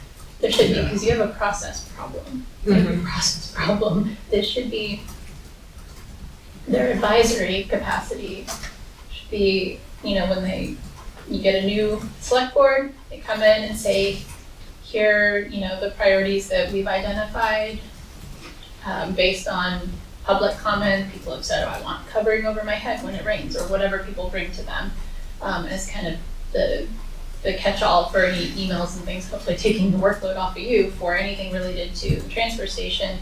And then they come before the board and say, here are the priorities we'd like to look into for this year. Are there any you would like us to look into in addition, or anything you'd like to take off that list? Great, I have my strategic plan and my marching orders. We're gonna look into how do we get rid of plastic bags. We're going to look into what does it cost if we need to cover people from rain.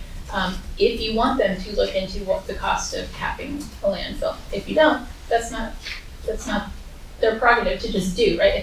They're an advisory board, so you tell them what you need advising on, and then they do the behind the scenes work to come back to you and say, here's what we advise based on what we found, and here's where we found it. And it's all in public here. That's how this should go. And that's the kind of information that I don't feel we are getting from the committee. There's you know there's much discussion about things, but you know I haven't seen, and I'd have to go back to look. You know, what have they presented to the select board as far as plans or ideas, or you know, as you say, you got so far along with the vending machine, but then that wasn't followed up. You know, there are things like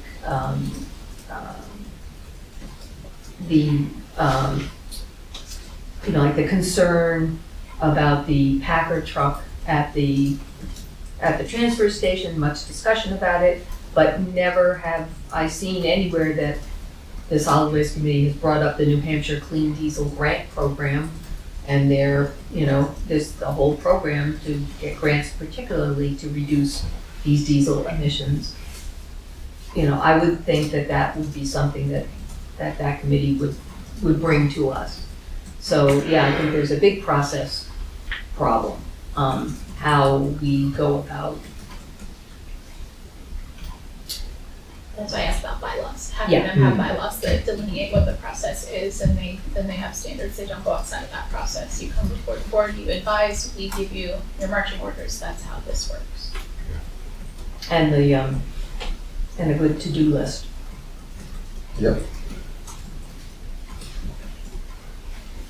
I would agree.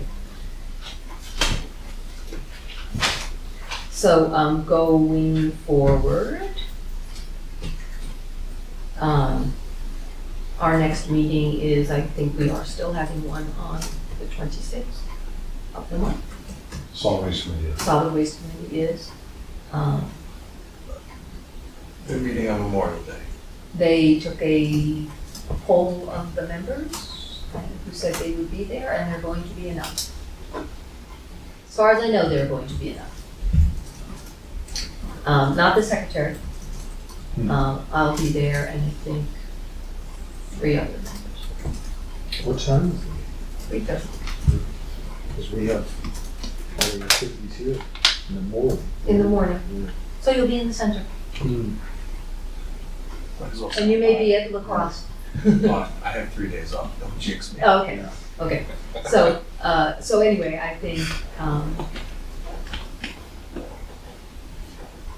think I don't know what the agenda is for that meeting, but it should be, an agenda item should be from the Board of Selectmen,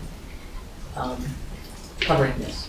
Well, I guess I'm looking for everybody's opinion. Is this fixable, or do we eliminate the solid waste committee and move on to something different?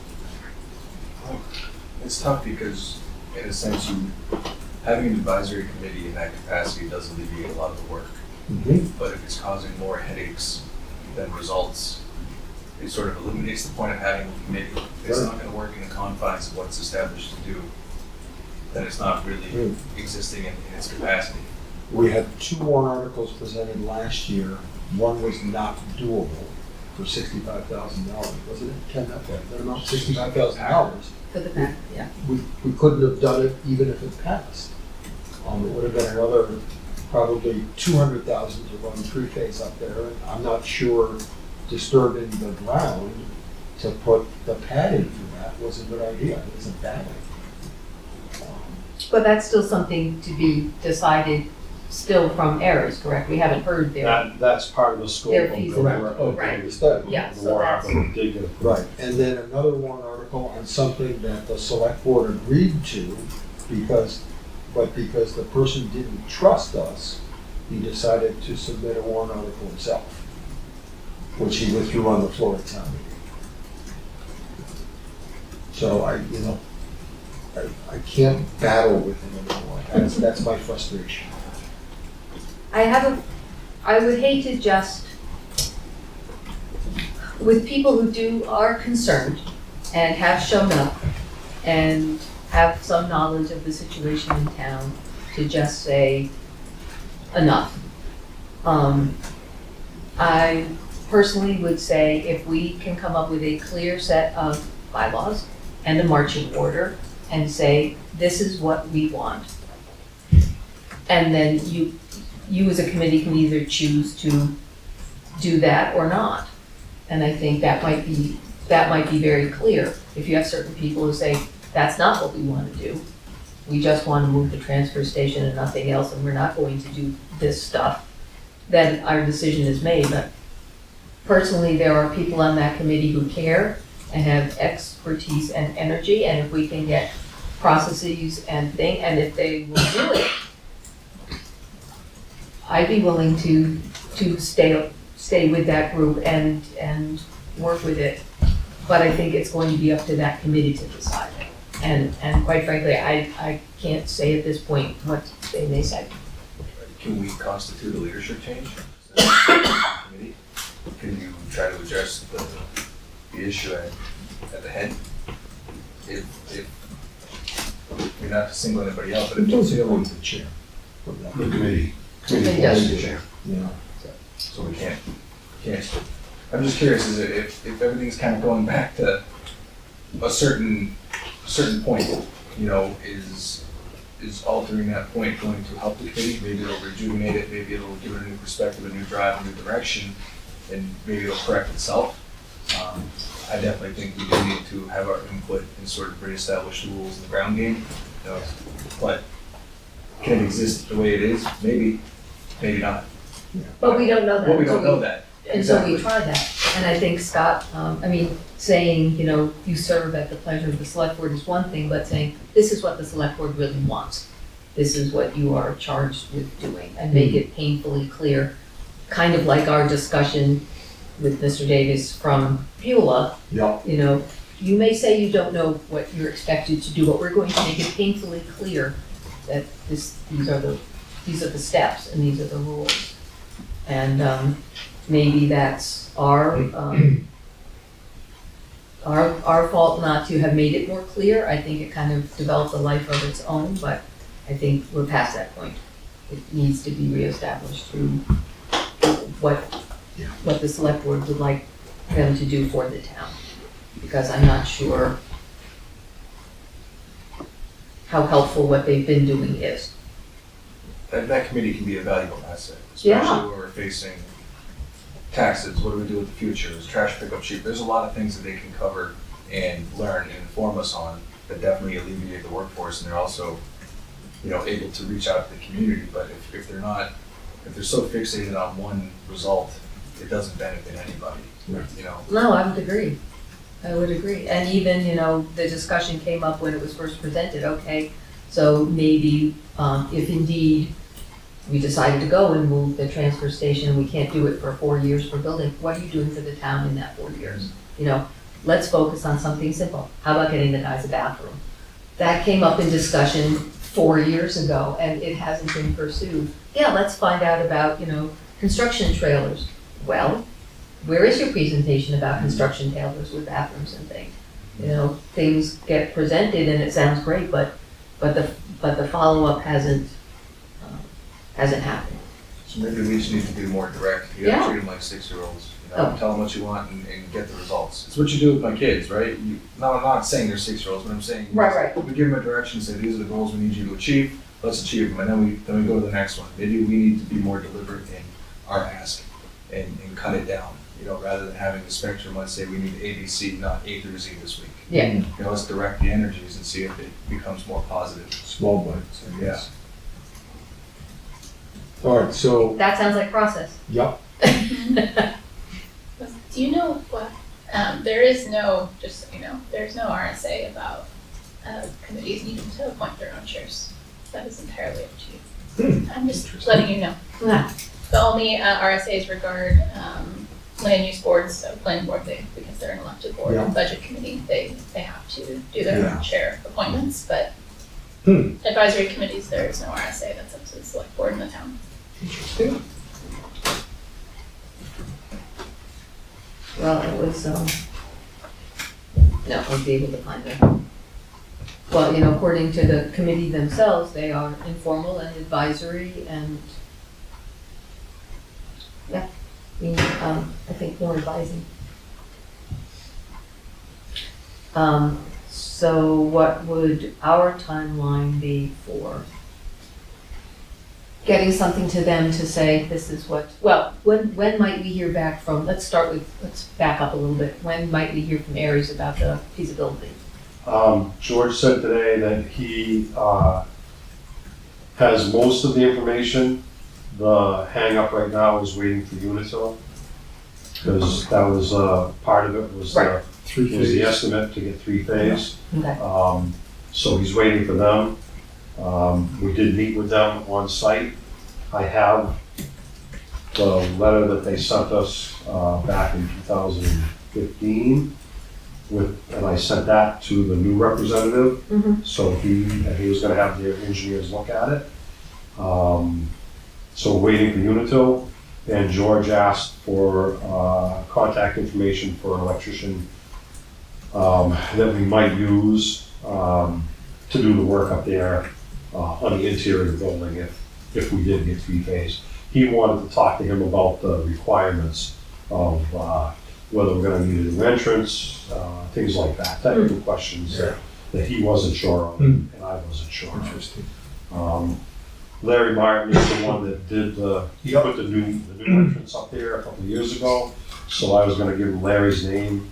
I know Larry's not running his business anymore, but he is knowledgeable about the facility, so I'll send him Larry's Makes sense. contact information. Will the feasibility study deal with anything that's been brought up in this report, or is that not part of the charge? And should it be? Probably not, because I don't believe that was in the scope of the work that we asked him to look into. Okay. I guess the scope was, and I guess the purpose, the scope spelled out that whether there was a feasibility to stay there Mm-hmm. and make improvements or not. Right.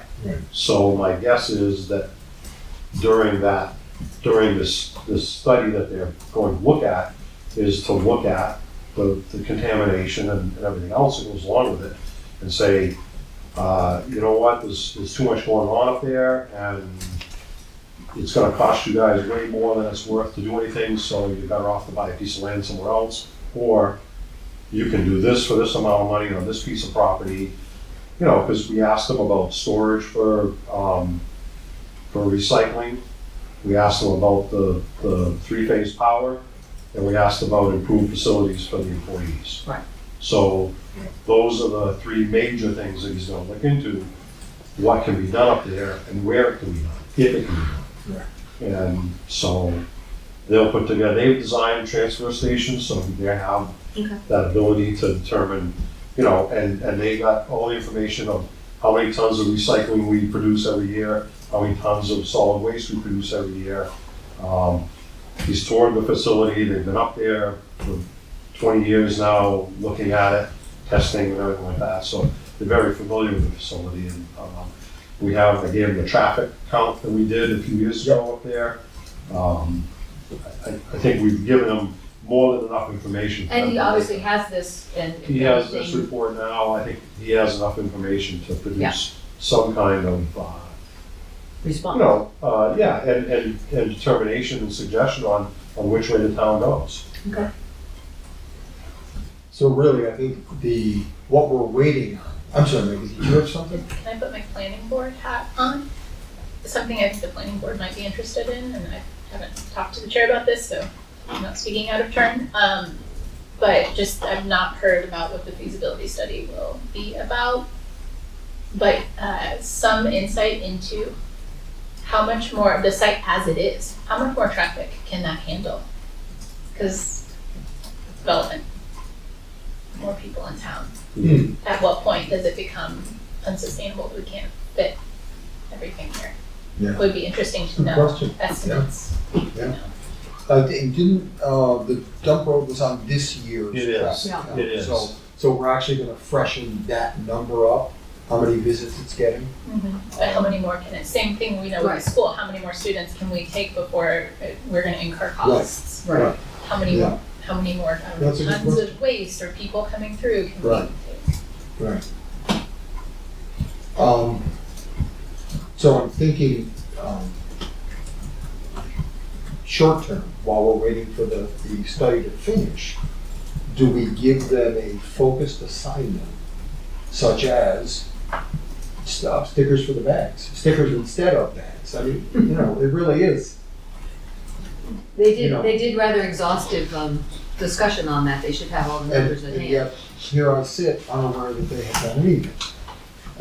Well, see, because it wasn't, It was never, right, Presented. information, they never, you know, and I don't wanna blame them because we had a selectmen's rep. But, you know, the information has to come back here in order for us to take action. So, and I guess another question I would think of, well, two actually is, so what is actually their purpose for meeting on Monday? If we're kind of on hold yeah, for waiting for the feasibility study and they've got no other pots in the fire, Right. or things that they're looking at other than moving. I think he was gonna, I was at the meeting and I Yeah, think they were going to discuss the results of the household hazardous waste day. Oh, that's right. I forgot that that's happening in the That was the top interim. agenda item. Yeah. Was a recap of what's gonna happen on Saturday. All right, right, cause that's right. that makes sense. I forgot I about think that. that's why he wanted to meet that day. Yeah, While it's still fresh in their minds and. Okay. that makes sense. Having been at that meeting, that's what I thought, that he had thought that that's why they wanted to meet on that one day. Okay, that makes perfect sense. I forgot about household hazardous waste day. It's on my calendar 4 different ways. So after that, the next meeting is not going to happen because Rich is traveling. So then, oops, pardon me, wrong June. So I guess is it a committee of one person? Why can't they meet if he's traveling? Because there's no vice chair. They don't have any vice chair. They don't have any vice chair and didn't seem particularly interested, or at least Rich didn't express any particular interest. So it's They a just committee didn't of do one. it. Yeah. And then what if Rich gets sick? Well, that's a good question, which is something else that might be in their, in bylaws and processes. How are you organized? Because that seems Right. like Well, it could use some. So I would argue we decide how they're organized. Yes. And I would like to insist they appoint a vice chair. If nobody objects, like, it's, Every other board and committee Right. has one. It seems reasonable Yeah. to, so that they can continue to do things if Rich isn't there. Right. If they have work to do. So after the discussion of household hazardous waste on the 26th, Stickers. well, yeah, but that's just like the least, I mean, I think it would be, okay, the next meeting, we are going to present to you, perhaps a basic process and a basic way to organize yourself, and going forward, this is what we did. Don't just say stickers, but going forward, this is what we want. I know what you mean. We can come up with a list of, the charge right there is, I mean, even something as simple as, okay, every month, put something in the newsletter about what's going on at the transfer station to help the people of this town use it more effectively. I mean, I do that myself, but that's just because I do the newsletter, and if there's a hole, I fill it with stuff like that people should know. Yeah. We didn't get the information about asking for volunteers for Guilford foam recycling out to the town from the committee, but things like that should be. Yeah. So, I think the next thing might be, okay, and maybe the committee takes a pause until after the Aries report comes back and we have a chance to A direction. think of a direction. And quite frankly, they should be able to say, okay, in lieu of building a whole new transfer station and fulfilling our charge, this is what we want to do, and we're going to make a report to you on these topics. Yeah. So I think we can say, this is what we're going to do, but this is what we need from you as well. Yeah. And that might be the next meeting. Yeah. When Rich is back in town. And by that time, hopefully we'll have enough time to get our list of what we would like them to do. We will obviously have it by the 26th. Nope. And we're not gonna talk about it anyway. Right, so why don't we put that on our agenda for the next? And we can be thinking of, between now and then, ideas. So, You want short-term ideas, long-term ideas? I think short-term. Short-term. Yeah. My thought is, everything may change when we get Aries report. If the report says we should be looking at new sites, then that's gonna change everything. All right. So I'm trying to think of what meeting we're not having. I don't think we're having. The 9th is we're not, because that's when, so the next is the 26th, which is going to be the recap of the Household Hazardous Waste Day. Their next meeting is the 23rd of June. And we have a meeting on the 16th. Yeah. So we should. Yeah, that timing works. So if,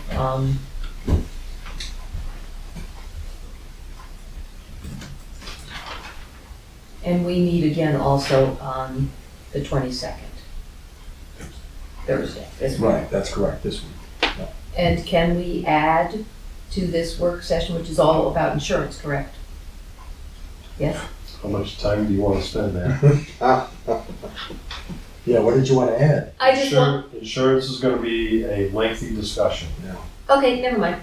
I was going to say, just, do we want to make a stab at a first thought of, look at the charge for that committee and see. Unfortunately, I've got another appointment at like 11, so.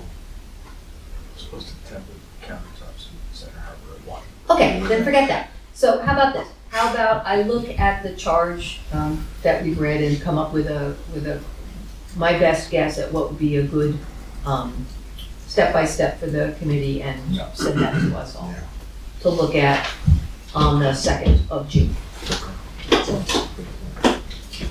All right, it's almost 8 o'clock. And one thing, Cal, could you do me a big favor, because you were really helpful at doing an action item list at one point? Could you put that action item, so I remembered that I just said I would do that, and so I will do it, and I'll write it too. I have a note here to email you guys to develop a list of goals and timeline for the solid waste committee Okay, for the next. thank you. For the selectmen's meeting, so I'll send that email out tomorrow.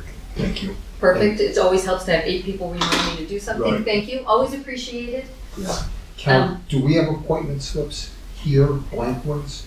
Not, no, but I can make one, if you want, I can make one for Megan and you guys can. Sign it on Thursday. Come Sign it on sign it Thursday. on Thursday. It's not necessary for you to come back.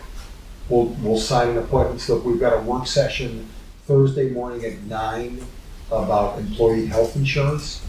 So Cal will make the slip out. It won't be. It's scintillating, come on, get the right word. So we'll sign the appointment slip then. And you'll be on the solid waste committee. Oh, do you guys need to vote on that? No, No. actually, but that's one of the things we don't vote on. We just sign. Each of us signs. Okay. You need 2 out of 3. I think you'll be okay. And then it's up to you if you want to come to a Memorial Day Solid Waste Committee meeting. I'd rather be just about anywhere, but. No, I think But there it it'll is. be good, that'll be a first step to, seeing one, if the committee is open to, change. And direction, let's put it that way, they're open to direction. And, I think that's a good start. I would say focus. Focus. Yeah. Focus, that's an excellent, focus is a very good word. Thank you. Thank you. All right, thank you. Appreciate you spending a few hours with us anyway. All these free hours I have, Yep. guys. All right. All right, where do we need to go? God, we've got so much. Do you want to go back to signing and then? Might as well get all that Get stuff that signed, done. we can Yep. move forward with the other stuff. Good night. Thanks, Brian. Thanks, have a wonderful night. All right, first item is the accounts payable manifest in the amount of $56,932.26. So moved. Second, all those in favor? Aye? Aye. Can't sign it in red pen, red on the count. It's no good.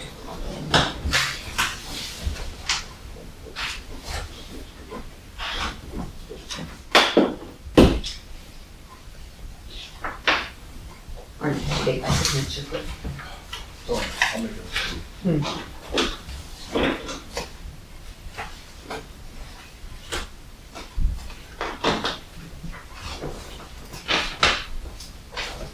Thank you. Yes. Gotcha. All right, next is a payroll manifest in the amount of $55,763.28. So moved. Second, all those in favor? Aye.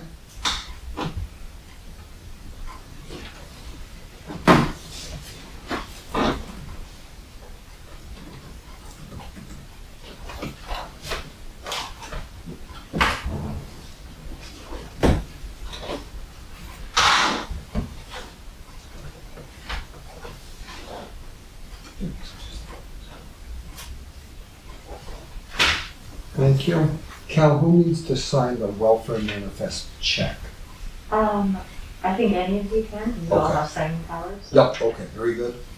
All right, next is a welfare manifest in the amount of $1,644.68. So I moved. assume that's the ongoing, Mortgage. yeah. Second, all those in favor? Aye. And I'll just sign.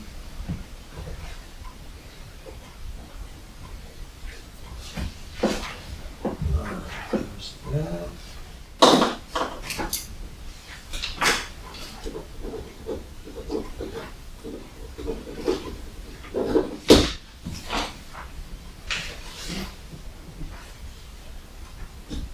John Hancock.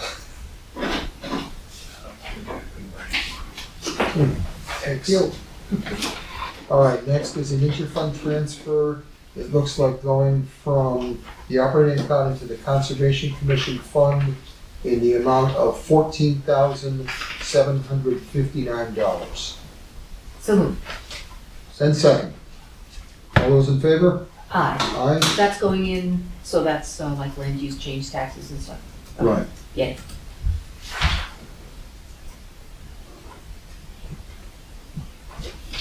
Is our tax warrant there? It is. We're getting to it. Actually, there it is. Just want to pay the damn thing. I don't. Sorry.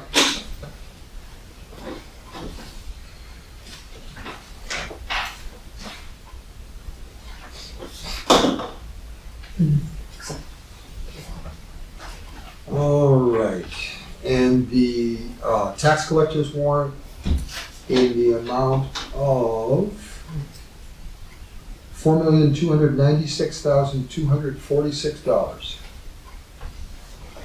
So move. Second, all those in favor? Aye. Aye. Big numbers. This is more scary than signing for the grader. Yeah, the grader was a much smaller amount. And already broke. Yeah, I know, that's, Well, this is collecting, not spending. Right. Yeah. yeah, that's a good This is what point. you, this is what you're Right, This is- this is right, it's gonna pay for all of Yeah. the magic. Yes. The So how grader, and- does one, I want to think about how one finds a 1/4-inch bolt loose in a fuse box. I got a good guess. yeah, Oh, yep. All right, there's that. All right, this is a job title. Ken, I'm guessing you probably got something to That's say a about it? job description for the recording secretaries for all boards, Yep, Land use boards. land use boards, I'm sorry. right. So with Land use boards. Michelle's change of duties to the land use professional, we need to replace it, right?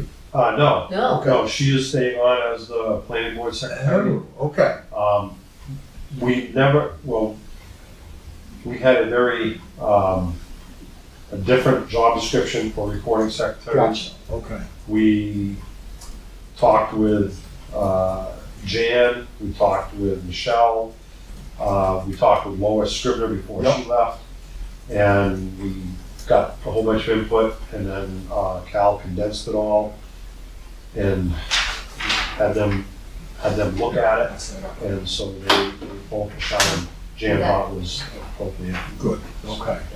All right. The goal is to try and be consistent. Yeah. So that's what this Yeah. job description is all about. And switching topics for just 30 seconds, could we add to the list that the minutes from the solid waste committee should be done the way we want them done, not the way the chair of the solid waste committee wants them done?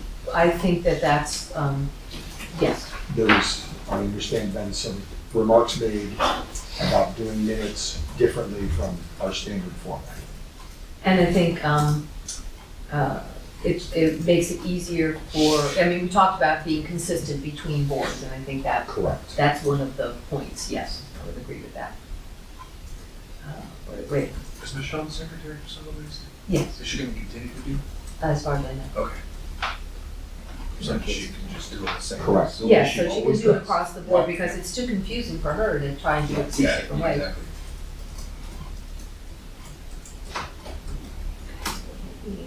Did Lisa have any say on this? Any input? We sent a draft copy, so So she's seen it at least. Okay.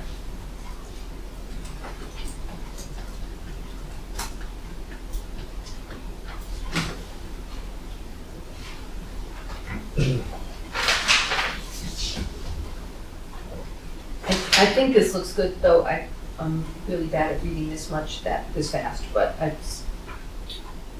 we yeah. can email that to you.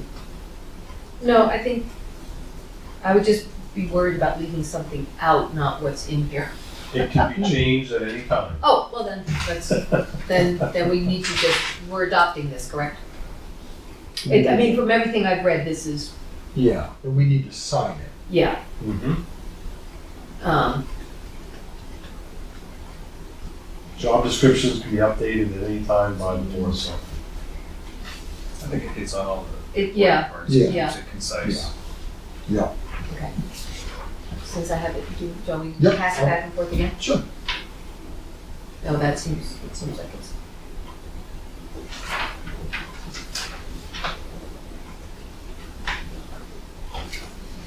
And I'm assuming we'll get a copy of this.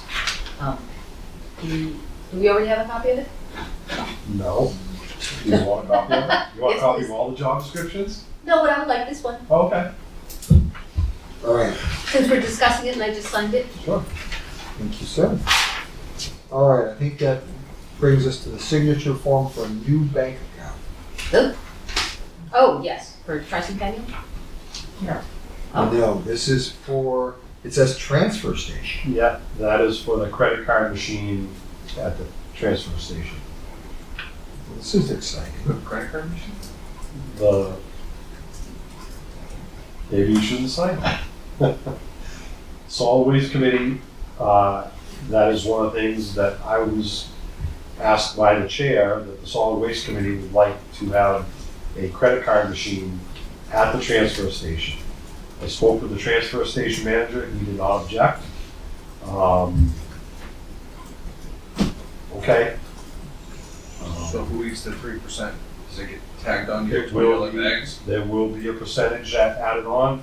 There will be a sign, just like the town clerk has a sign at the town clerk's office, that if you choose to use a credit card, there's a percentage charge to use it. You can still use cash and check though. Pardon me? Can you still use cash and check? Yes. Cash not over $20, though, right? Yeah. Well, no, it could be over $20, just It's gotta gotta be, gotta be a $200 bill. Oh, right, okay. I don't use the dump, so I apologize. I'm a little behind the 8 ball. and then the machine will be secured where? In Dave's office? In the office. Yeah. Yes. Do I recall correctly when this discussion first came up that we were going to basically try it for a year and see how it worked or how it was accepted or?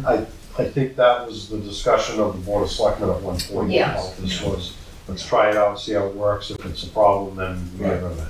Okay. And it's gonna be something, we have to get together with the company that provides us Yeah. the machine and determine what their contract time is. And we'll have a look. It's probably not that different than when we got the credit card machine for the farmer's market and had to do the same thing. And they've got, they now have the Wi-Fi to support it there. Okay, all right, well. Yeah, and we had to set up we didn't have to, we wanted to set up a separate account. So this is not, we're not intermingling funds. Yeah. Because the transfer station has a separate, we call it an enterprise fund. Our auditors tell us not to call it that, that's what we I call it. remember that actually. So, Okay, so then that's good because then it makes it nice and clear where. And I guess the only other question is, why is Greg Heath signing? he's the Trustee of trustees. trustee of trust. Oh, okay, that makes sense. Chairman of Right. trustee of trustees. Okay, very good. All right, next is a notice of intent to cut wood or timber for map 223 lot 8, which is 26 Briar Bush Road.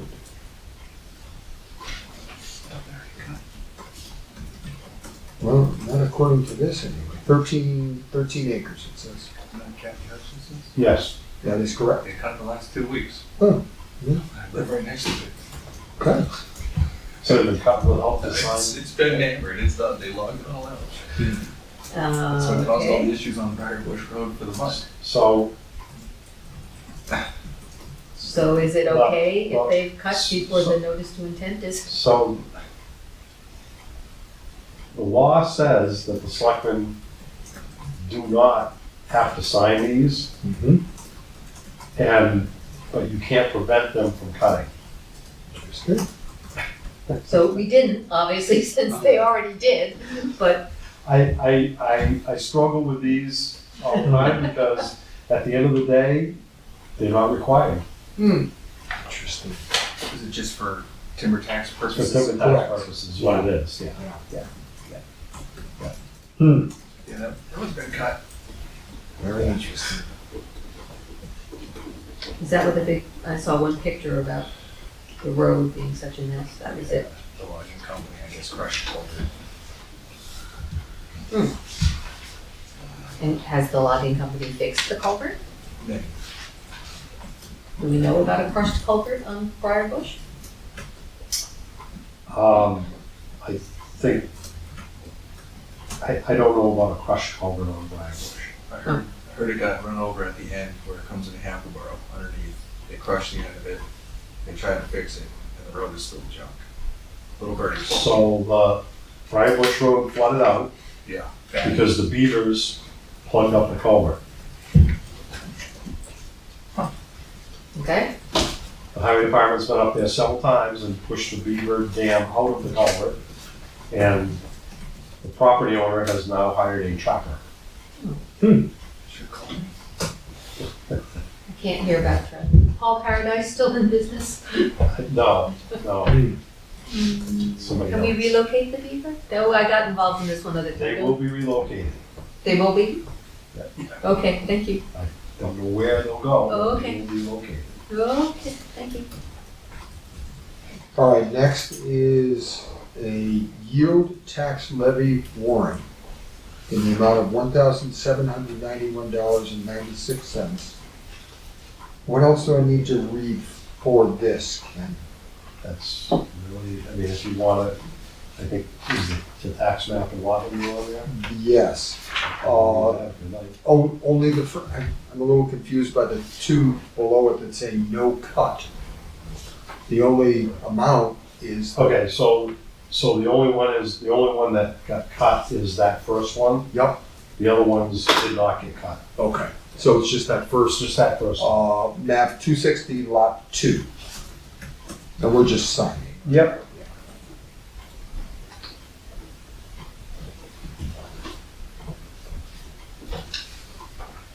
All right, I think that brings us to minutes. It does.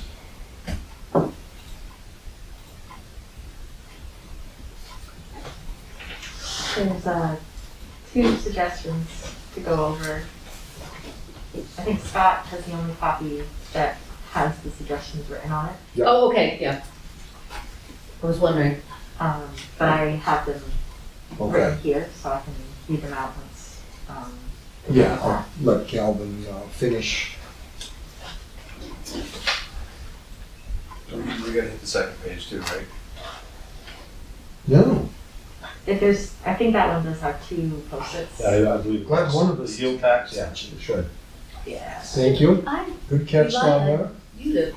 Look at those things. I'll tell Mandy not to use the yellow ones next time. Yeah. But I think blue is what you've learned. Blue is, yeah, We look for the blue universal symbol.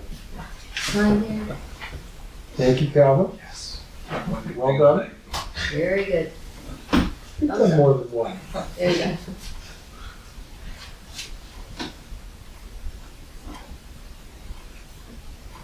All right. Team effort.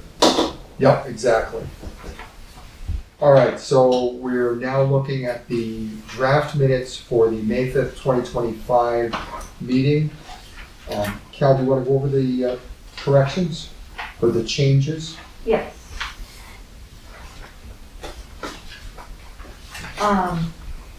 So there's one suggested change on line 17. Change shouldn't have paid to fields were paid in error. And then the second change is line 31, and add to the very end of that line, once in 2006 for his residence at 140 New Road, and again in 2009 for the 2008 tax year on the same residence. Okay. And then there's one grammatical change, but those are the two important ones. So Okay. I know I forgot to send those out until today, so. Yeah, you sent them out earlier, huh? Yeah.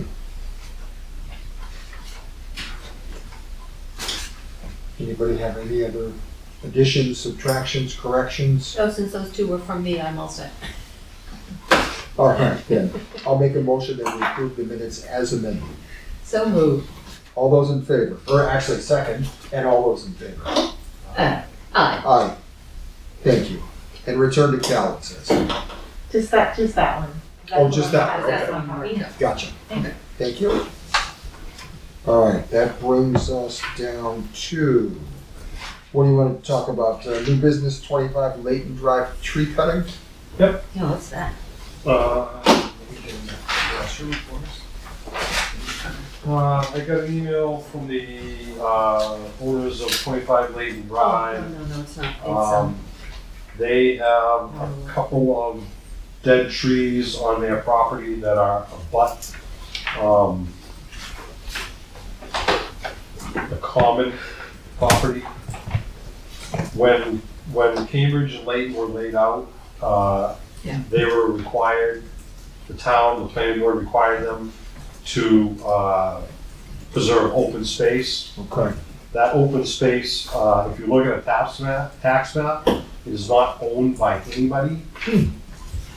Interesting. However, they were supposed to start an association, and the best of our knowledge, they don't have one. But anyway, 25 Layton, the highlighted portion is here. This section here is all the common land. And so 25 is right here. Yep. And there's a couple of dead trees. One is definitely on the common land, and one is on their property.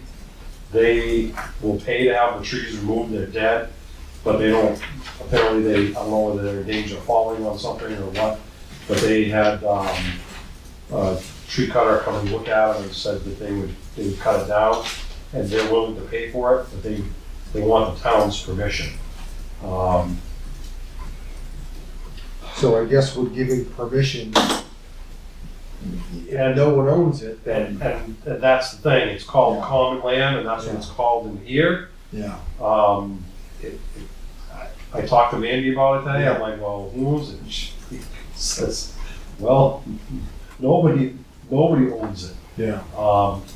But because they were required by the town to have open space and there was no association, then probably the town should be the ones to say, yeah. I mean, it's a couple of dead trees.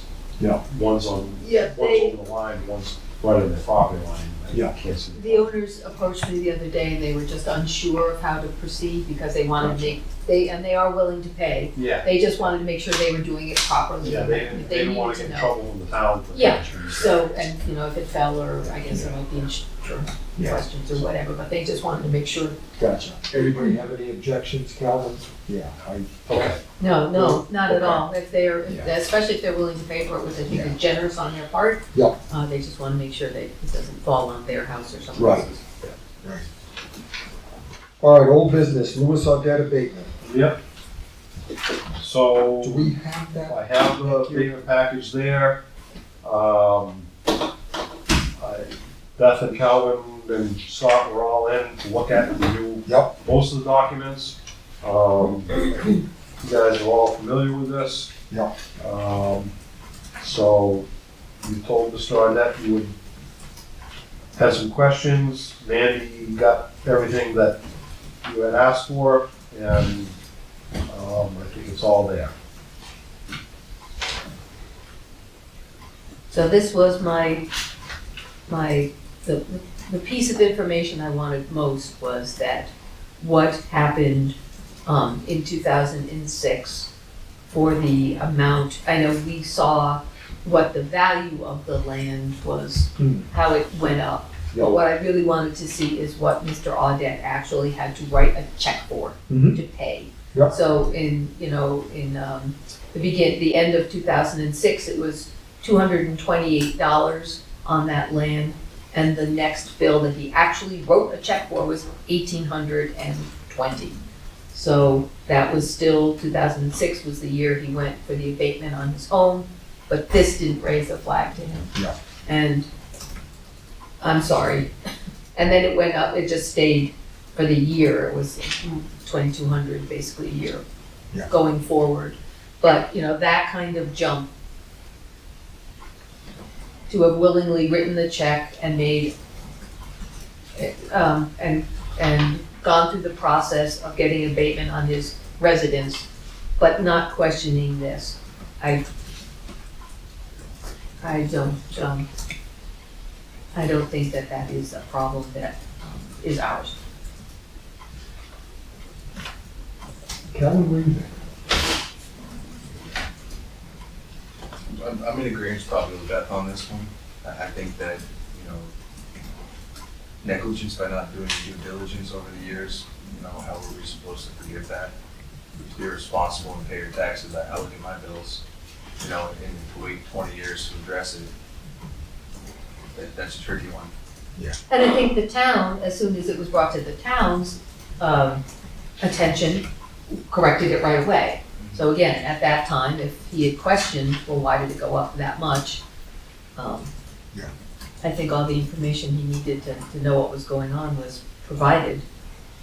And again, he gets his mail, he reads his mail, and he knows how to come in and ask for an abatement. Yeah. And just, for whatever reason that we can't say, didn't do it there. Right. At a substantial increase, so. I would also take the advice of our assessor, and I think that, Yeah, and I would note that the RSA requires him to show good cause, and I don't think he showed that. So I'm in favor of denying the abatement request as well. Do we need a motion, Ken, or we just sign? Yes. Okay. So looking for a motion to deny the abatement request. so moved. All right, all those in favor? Aye. So it's unanimous.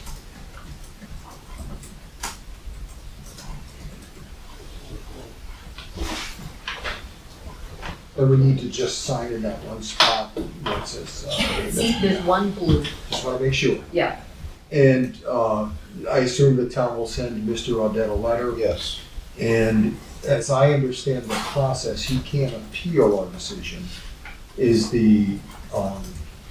that information contained normally in the letter? Yeah, we'll send all that. Yeah. And does he come back and just appeal to us, or does that No, appeal it's somewhere actually, else? yeah, state land board would be his next step. CPLA Okay, for Yeah. land use.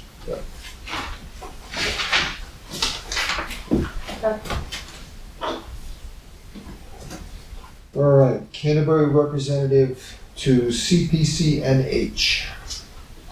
we had a very brief meeting after the Himalayan Performing Arts Okay. Group concert. And it is, the committee at the moment basically is made up of Fred Portnoy and Tim Nee and myself as Board of Selectmen rep. Yeah. And I don't think anybody has still found or heard from John Schneider as far as he's on the committee or not. So- Yeah. So he is in the wind. Okay. So it is those two gentlemen and myself. Neither Fred nor Tim is interested in being either the secretary of the committee or the chair.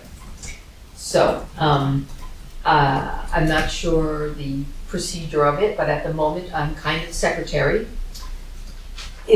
Only in that I'm going to notice the next meeting and do the agenda, and the sum total will be, okay, how is this committee going forward? Right. And Can it go forward with anything other than Right. interfacing with the New Hampshire CCPC? Yeah. It doesn't look like it, but I do have two candidates who might want to. Edgar, I have information for you about the process, and Beth McGuinn has also stepped forward to be liaison between the town and why can't I ever get that? There's a the Community Right. Power New Hampshire Right.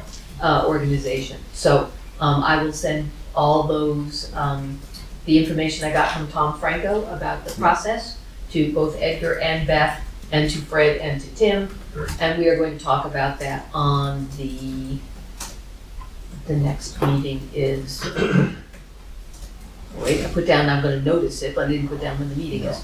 But I think the logical discussion is the dissolving the committee. Yeah, I mean, I think its time has come. If the two members that are continuing to come aren't interested in doing anything other than attend Right. meetings,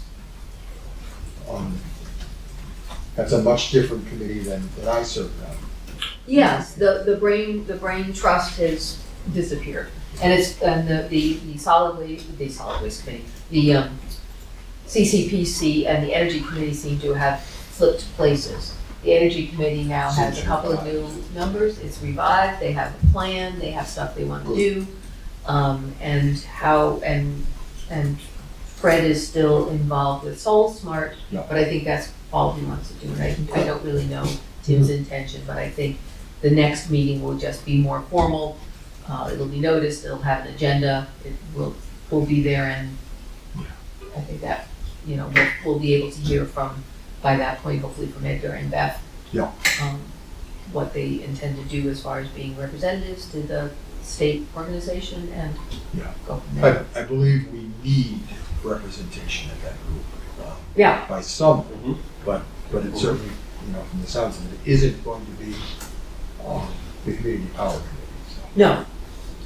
Oh, well, and Beth was also very clear that she would be willing to be the liaison, but didn't want to be either chair or necessarily be on CCPC, but would just be I understand. the person behind the and Edgar, we can talk about that later about whether you want to actually be part of the committee or again, like Beth, just be a liaison. But that's a discussion. You'll be invited to that meeting as well. Yeah. So we can discuss that then. But that's the sum total of what's that Yeah, will happen okay. at that meeting. All right, so more to come. Yes. I guess is Yes. where we leave that. So that'll be noticed. I'll notice it. Okay. All right, Sand Lake House garage renovation bids. We've got the 2 bids. Could you just refresh our memory on? So you guys had some questions. I Yeah. asked you to email me your questions, and I did not receive anything. Okay, There were crickets, for which So- there were apologies. I understood. can give you the bids again if you want to look at them again, or? Does anybody feel they need to look at them again? I don't, and I had, my 2 comments were, I thought, how do you say that, Gelinas? No, Gladys. Galatis. Galatis would be, my pick for the 2 contractors because he has worked in town before, and I thought his presentation was more complete. He did scope out a lot of, Galatis is correct, that went point by point through everything he was going to provide to the, But the and other he's- contractors known to us as well. yeah, he's known to Boscawen and he's known to the, but what I like his presentation.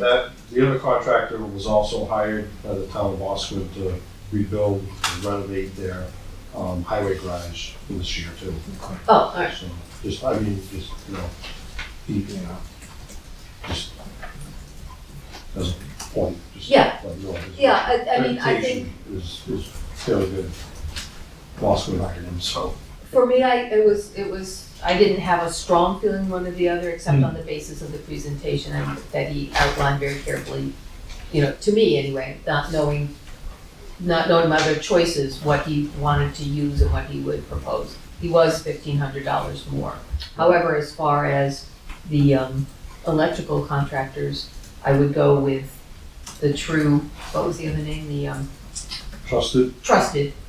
They were $1,500 less, but they also said they would dig the trench. And being that our highway department is usually strapped for other projects at any given time, I wouldn't want to have to put that on their docket too. So I would certainly go with them. The So- contractors for me was kind of a toss-up, but Yeah, so both are essentially the same though. If one is 1,500 Yeah. more and the other. Yeah, I get you. I guess my only question would be is, do we give this to HDC to see if they have questions, as they brought up at their last meeting, if they could have, I guess, a look or a say as to what. So I sent the scope to the chair, and I never got anything back. Okay. I said, here's the scope, do you have any comments?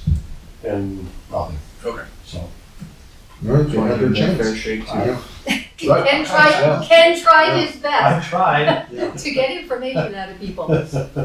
I just didn't know if they saw the proposals or not, is what I'm saying, if they had any, if they weighed anything. I did not send them the proposals, no.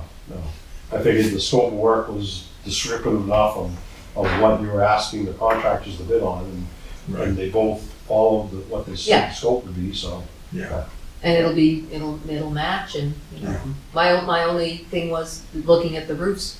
that the roofs match, the roofing material, and, he did quote for a slate, a faux slate.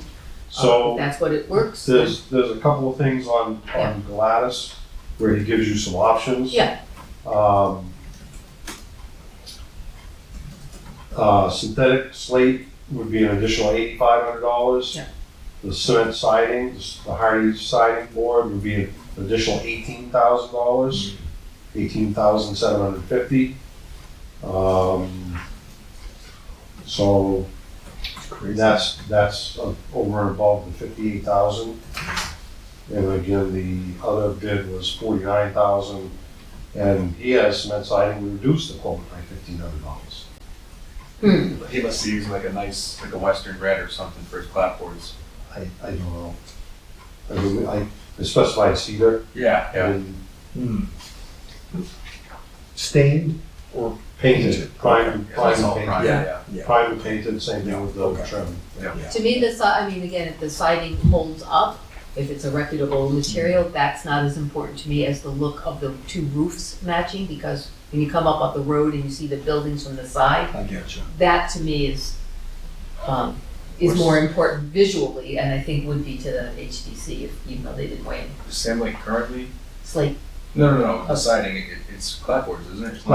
Well, it shakes, cedar shakes on three sides, the rear gable, the two sides, and then the front is clapboards above the garage door. Okay. So the peak is clapboards, and same thing on the back, the peak is anything above the level of the garage, of the drip edge is clapboards, the lower part, all lower parts are shakes. Okay. Yeah. And that's the look we're going for. That was what I specified was replace in kind. So cedar shakes, primed and painted, and then clapboards primed and painted, and then rebuild the door, the sliding garage door, and then the interior work would be all the insulation and everything. Right. All that. this is the silliest little detail, but I'm assuming both of them could deal with a little bit of that tiny bit of gingerbreading on the. Yeah, and I did, Yeah. when I met with both of them, when they did their walkthroughs, Yeah. I said, and those, Yeah, if you can't save them, they have to be replicated. okay, They know perfect. about that. I Yeah, the figured. port bells on each Yeah. corner, yeah. Which contractor said they would rebuild the sliding door? Didn't one of them say, I don't have it in front of me. Gladys specified what he would do and how he would do it. In the scope, it says it would be rebuilt. Okay. Yeah. And did either one of them give you a timetable for estimated time of completion? Gladys 6 weeks, 8 weeks. said,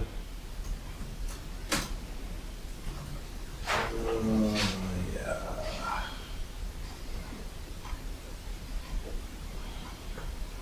Job would take about a month to complete, and we could figure out the detail of deposit at that time. I did let both of them know that interior work could not begin until after the 1st of August. Right. But exterior work could be done anytime.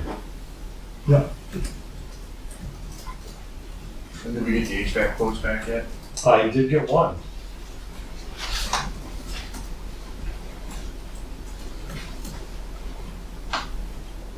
$7,500. From Home Energy Products. They're the ones that installed the one down at the Historical Society last year. So if you went with the electrician at, was it 79 for that electrician who was gonna dig the trench? 79, 75, so you're at 16, we'll call it. Yeah. So we still stay in budget regardless of which.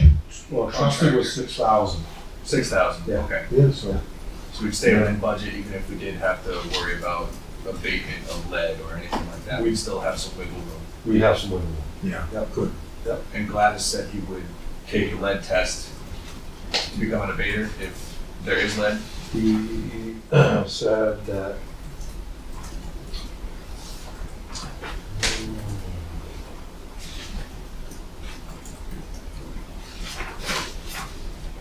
he did address that somewhere. Yeah, his proposal was just so much more complete, that's why I feel more comfortable with it. Regardless of reputation, I think the presentation is important.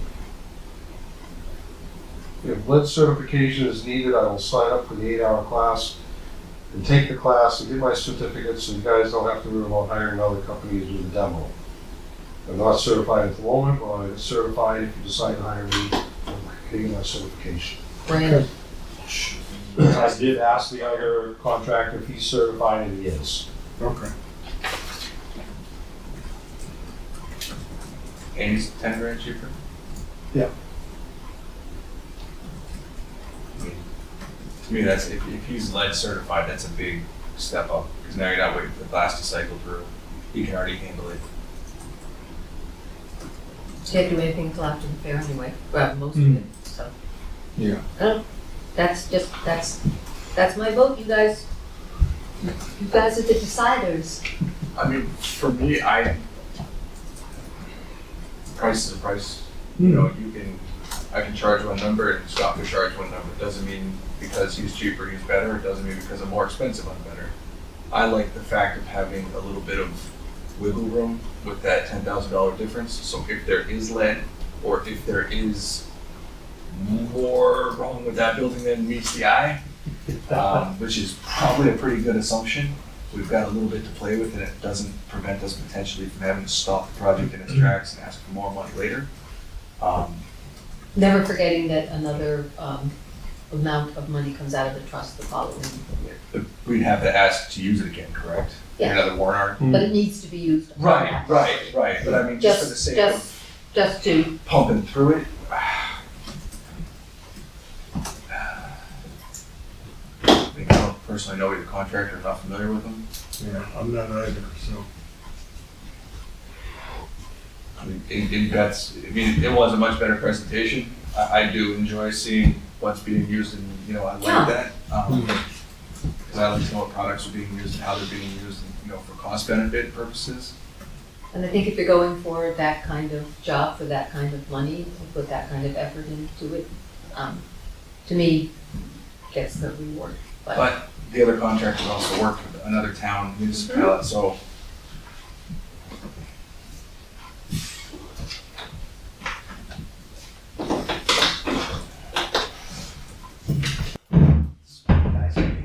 Exactly.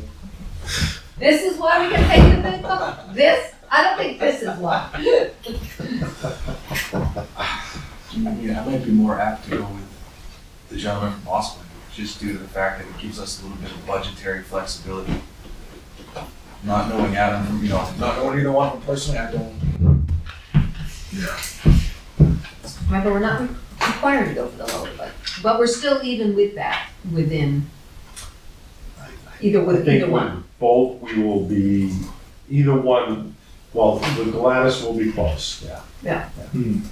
Because there might be upcharge potential, the siding, the differences in siding, if he has to take his lead test, and then the abatement. That's really the big dangling carrot for me, is the fact he's already lead certified. You don't get a lot of guys who are lead certified anymore, and that's a pretty nice thing to have. Especially because it won't hold up the process if it is lead positive. Well, then you sound like you've decided. I mean, in my head, I say, Scott? yeah. Who's the second contractor? It's Shaker I made the Heights. decision for you. Is that good? The guy's name is Dan Everline. Yeah.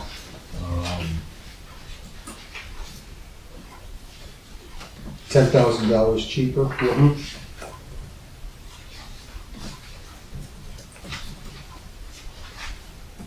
Well, that does,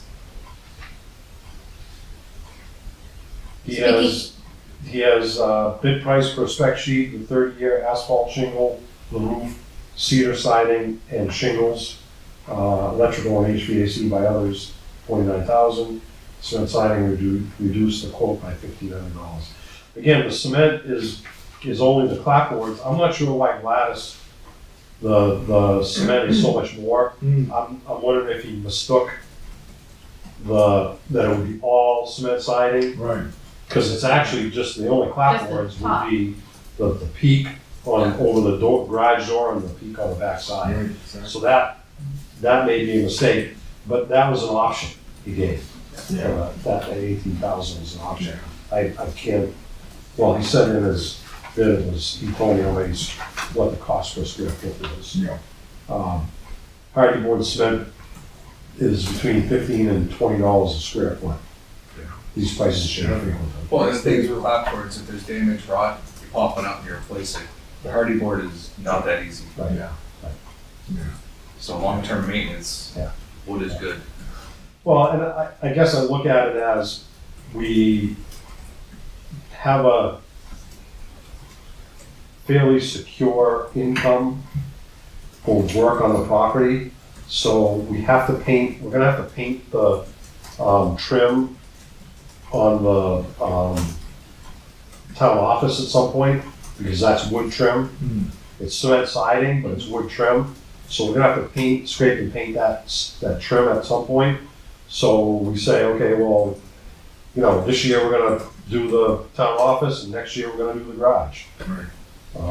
It just, Do those costs include painting? yeah, Okay. Yep. I just, yep, primed and painted. Everything's primed and painted, interior and exterior. Does it change what would it change, the quote from the gentleman in Boscawen if we said instead of architectural shingles, the faux slate? I don't know. That would be the only, does it say the difference in the two yeah, prices? Gladys said it was a $8,500 Difference, difference. all right. So I imagine it would be close. So if we took the quote that's $10,000 less, but wanted the slate roof, it would actually be more like a $2,000 difference. Right. So, Yeah. it's not cheap. no, so I think they're closer than we might think depending on what we choose. Right. Because the Galatas would also be less if we went with the shingles. Right. Or no, he would be. No, he would be no, more. that would He's be, where he's at. He would be Right, more. right, He's right. where he's at, oh, okay. So there's still $10,000. There's still $8,500 difference. All right, I'm gonna agree with Calvin. I think 10,000 is a significant enough sum, but. Okay. So, I'm gonna hold my line, hold your line, but please. that's all right. You're allowed. All right, Did we decide on the electrician? oh, yeah, you said trusted for the electrician, right? yes, And I said trusted. yeah, So I think trench digging definitely has me yeah. swayed. Anything else we need to do with Yeah. that? Yeah. Nope. Okay, nope. You got a shovel, I'm gonna have you get that plant out in front of the Sam Lake house. Jeez, All right, so we're at Code of Conduct update. I didn't make a new draft, so I think we can just skip that. All right, that works for me. All right, discontinued Tricentennial Committee. The only reason I bring that up is it's kind of a technicality I keep stumbling across, that we originally had it as a select board committee and we appointed people, Yep. but once they became a subcommittee of the Historical Society, which is a citizens committee, not an appointed Yep. town committee, we just need to, I think you're absolutely right. they're getting silly over there, Sorry, it's No, all that's good. okay. I know it is getting late. so. So we're going to discontinue the Tricentennial Committee. which I As think is formed by the select board Right, as formed by the, correct. As formed and by the recognize them as a subcommittee of the Historical Society. Why don't you make a motion to that? I will. I recommend that we discontinue the Tricentennial Committee as originally formed by the Select Board and recognize it as a subcommittee of the Historical Society. I'll second that motion. All those in favor? Aye. Aye. I would also say Alright. for future reference, because Ken and I looked at the town report, and it's confusing to me to figure out which are appointed and which are elected anyway, but then something like the Historical Society is really neither. They are citizens committee, and I think they should be listed as such and not. I gotcha. Yeah. It's an important. And it might be the same is true again with something like the Solid Waste Committee, which is also not appointed or whatever, they are volunteers and they kind of, we may have to decide about that. Well, we appoint them. Do we The have? solid waste committee is appointed. No, I meant treasure house. Oh. Treasure That's a house is whole other another- can of worms. That's another can of worms. Yeah. But I'm trying to think of who else would be a, like we wouldn't list the Friends of Canterbury Center in here, would we? But the Historical Society is, and I think they should just be made clear what they are. So that we're not confused in future. That's my only saying on that. All right. Donation to Canterbury newsletter. Yes, we brought it up in a select board meeting in 2024, on November 4th. Kent suggested that we make a donation to the newsletter in honor of Mark Travis. We all said yes, and then we didn't do it. Oh, So I think we should. okay. The library gives $350 a year to the newsletter. I don't know if that's what we want to do. There's a miscellaneous line in the budget that's, what did we say? There's like, what, $100? No, $1,000 in it? No, $100. $100 in it, and last year we ended up spending like $2,500 over it. But That was because we had a couple of employees that have overpaid on healthcare, so we had to reimburse them. right. And we had to find someplace to bring it out, so we took it on Yeah. this leave. Gotcha. So I don't know, it's $600 to print an issue, so I don't know if we just want to take care of the printing for 1 month in honor of Mark Travis. That would be my recommendation if we can afford it. Gotcha. Or whatever 1 month, I can look up the precise amount of the printing for 1 month. Well, with a bottom line budget, we can move things. We've saved salaries so far for 1 full-time position at the police department and 1 full-time position at the transfer station. So I think we can afford that. Only someone would make a motion. I motion that the Board of Selectmen make in honor of Mark Travis a donation to the Canterbury Community Newsletter in the amount of 1 month's printing costs. I think you're gonna put a dollar amount. Oh, $600, did you say? it's 600. Okay, let's make it 600. Okay. All right, I'll second that motion. All those in favor? I, All right, I'll send a letter thank to you for Brenda. catching that. Yeah, I have a couple of other things. Sorry. I knew it was gonna be a Okay. long night when I got the agenda, so. Kearsarge Energy. Oh, Oh, yeah. I think I sent you guys the email from Beth. You She did. recommended against Yep, signing up. the other Beth. Beth McWin. Beth McGuinn. Yes, yeah, sorry. That's all right. So I just need your okay to contact them and say thank you, but no thank you.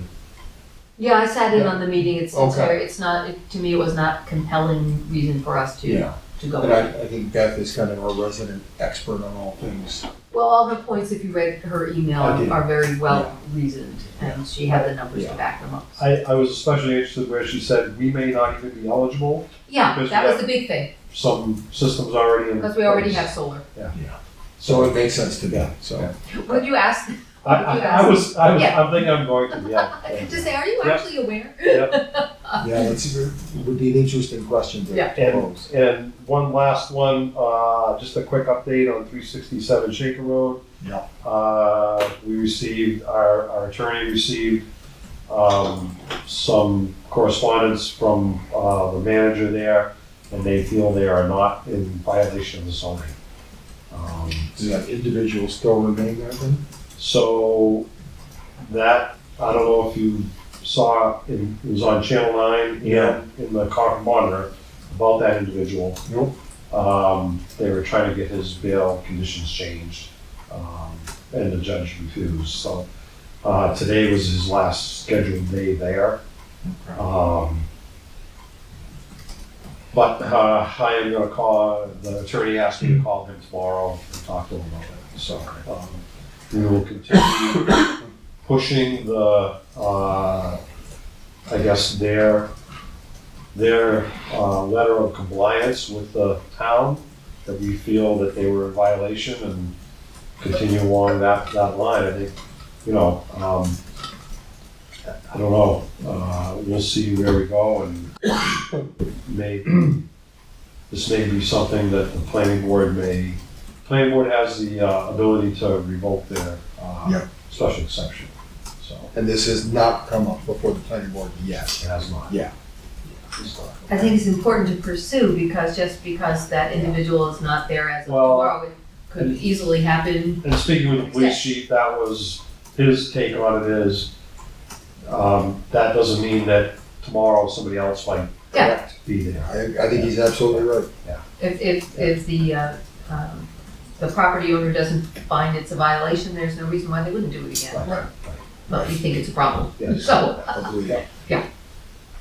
And last but not least, we have on our agenda, and this is more or less kind of a cleanup type thing.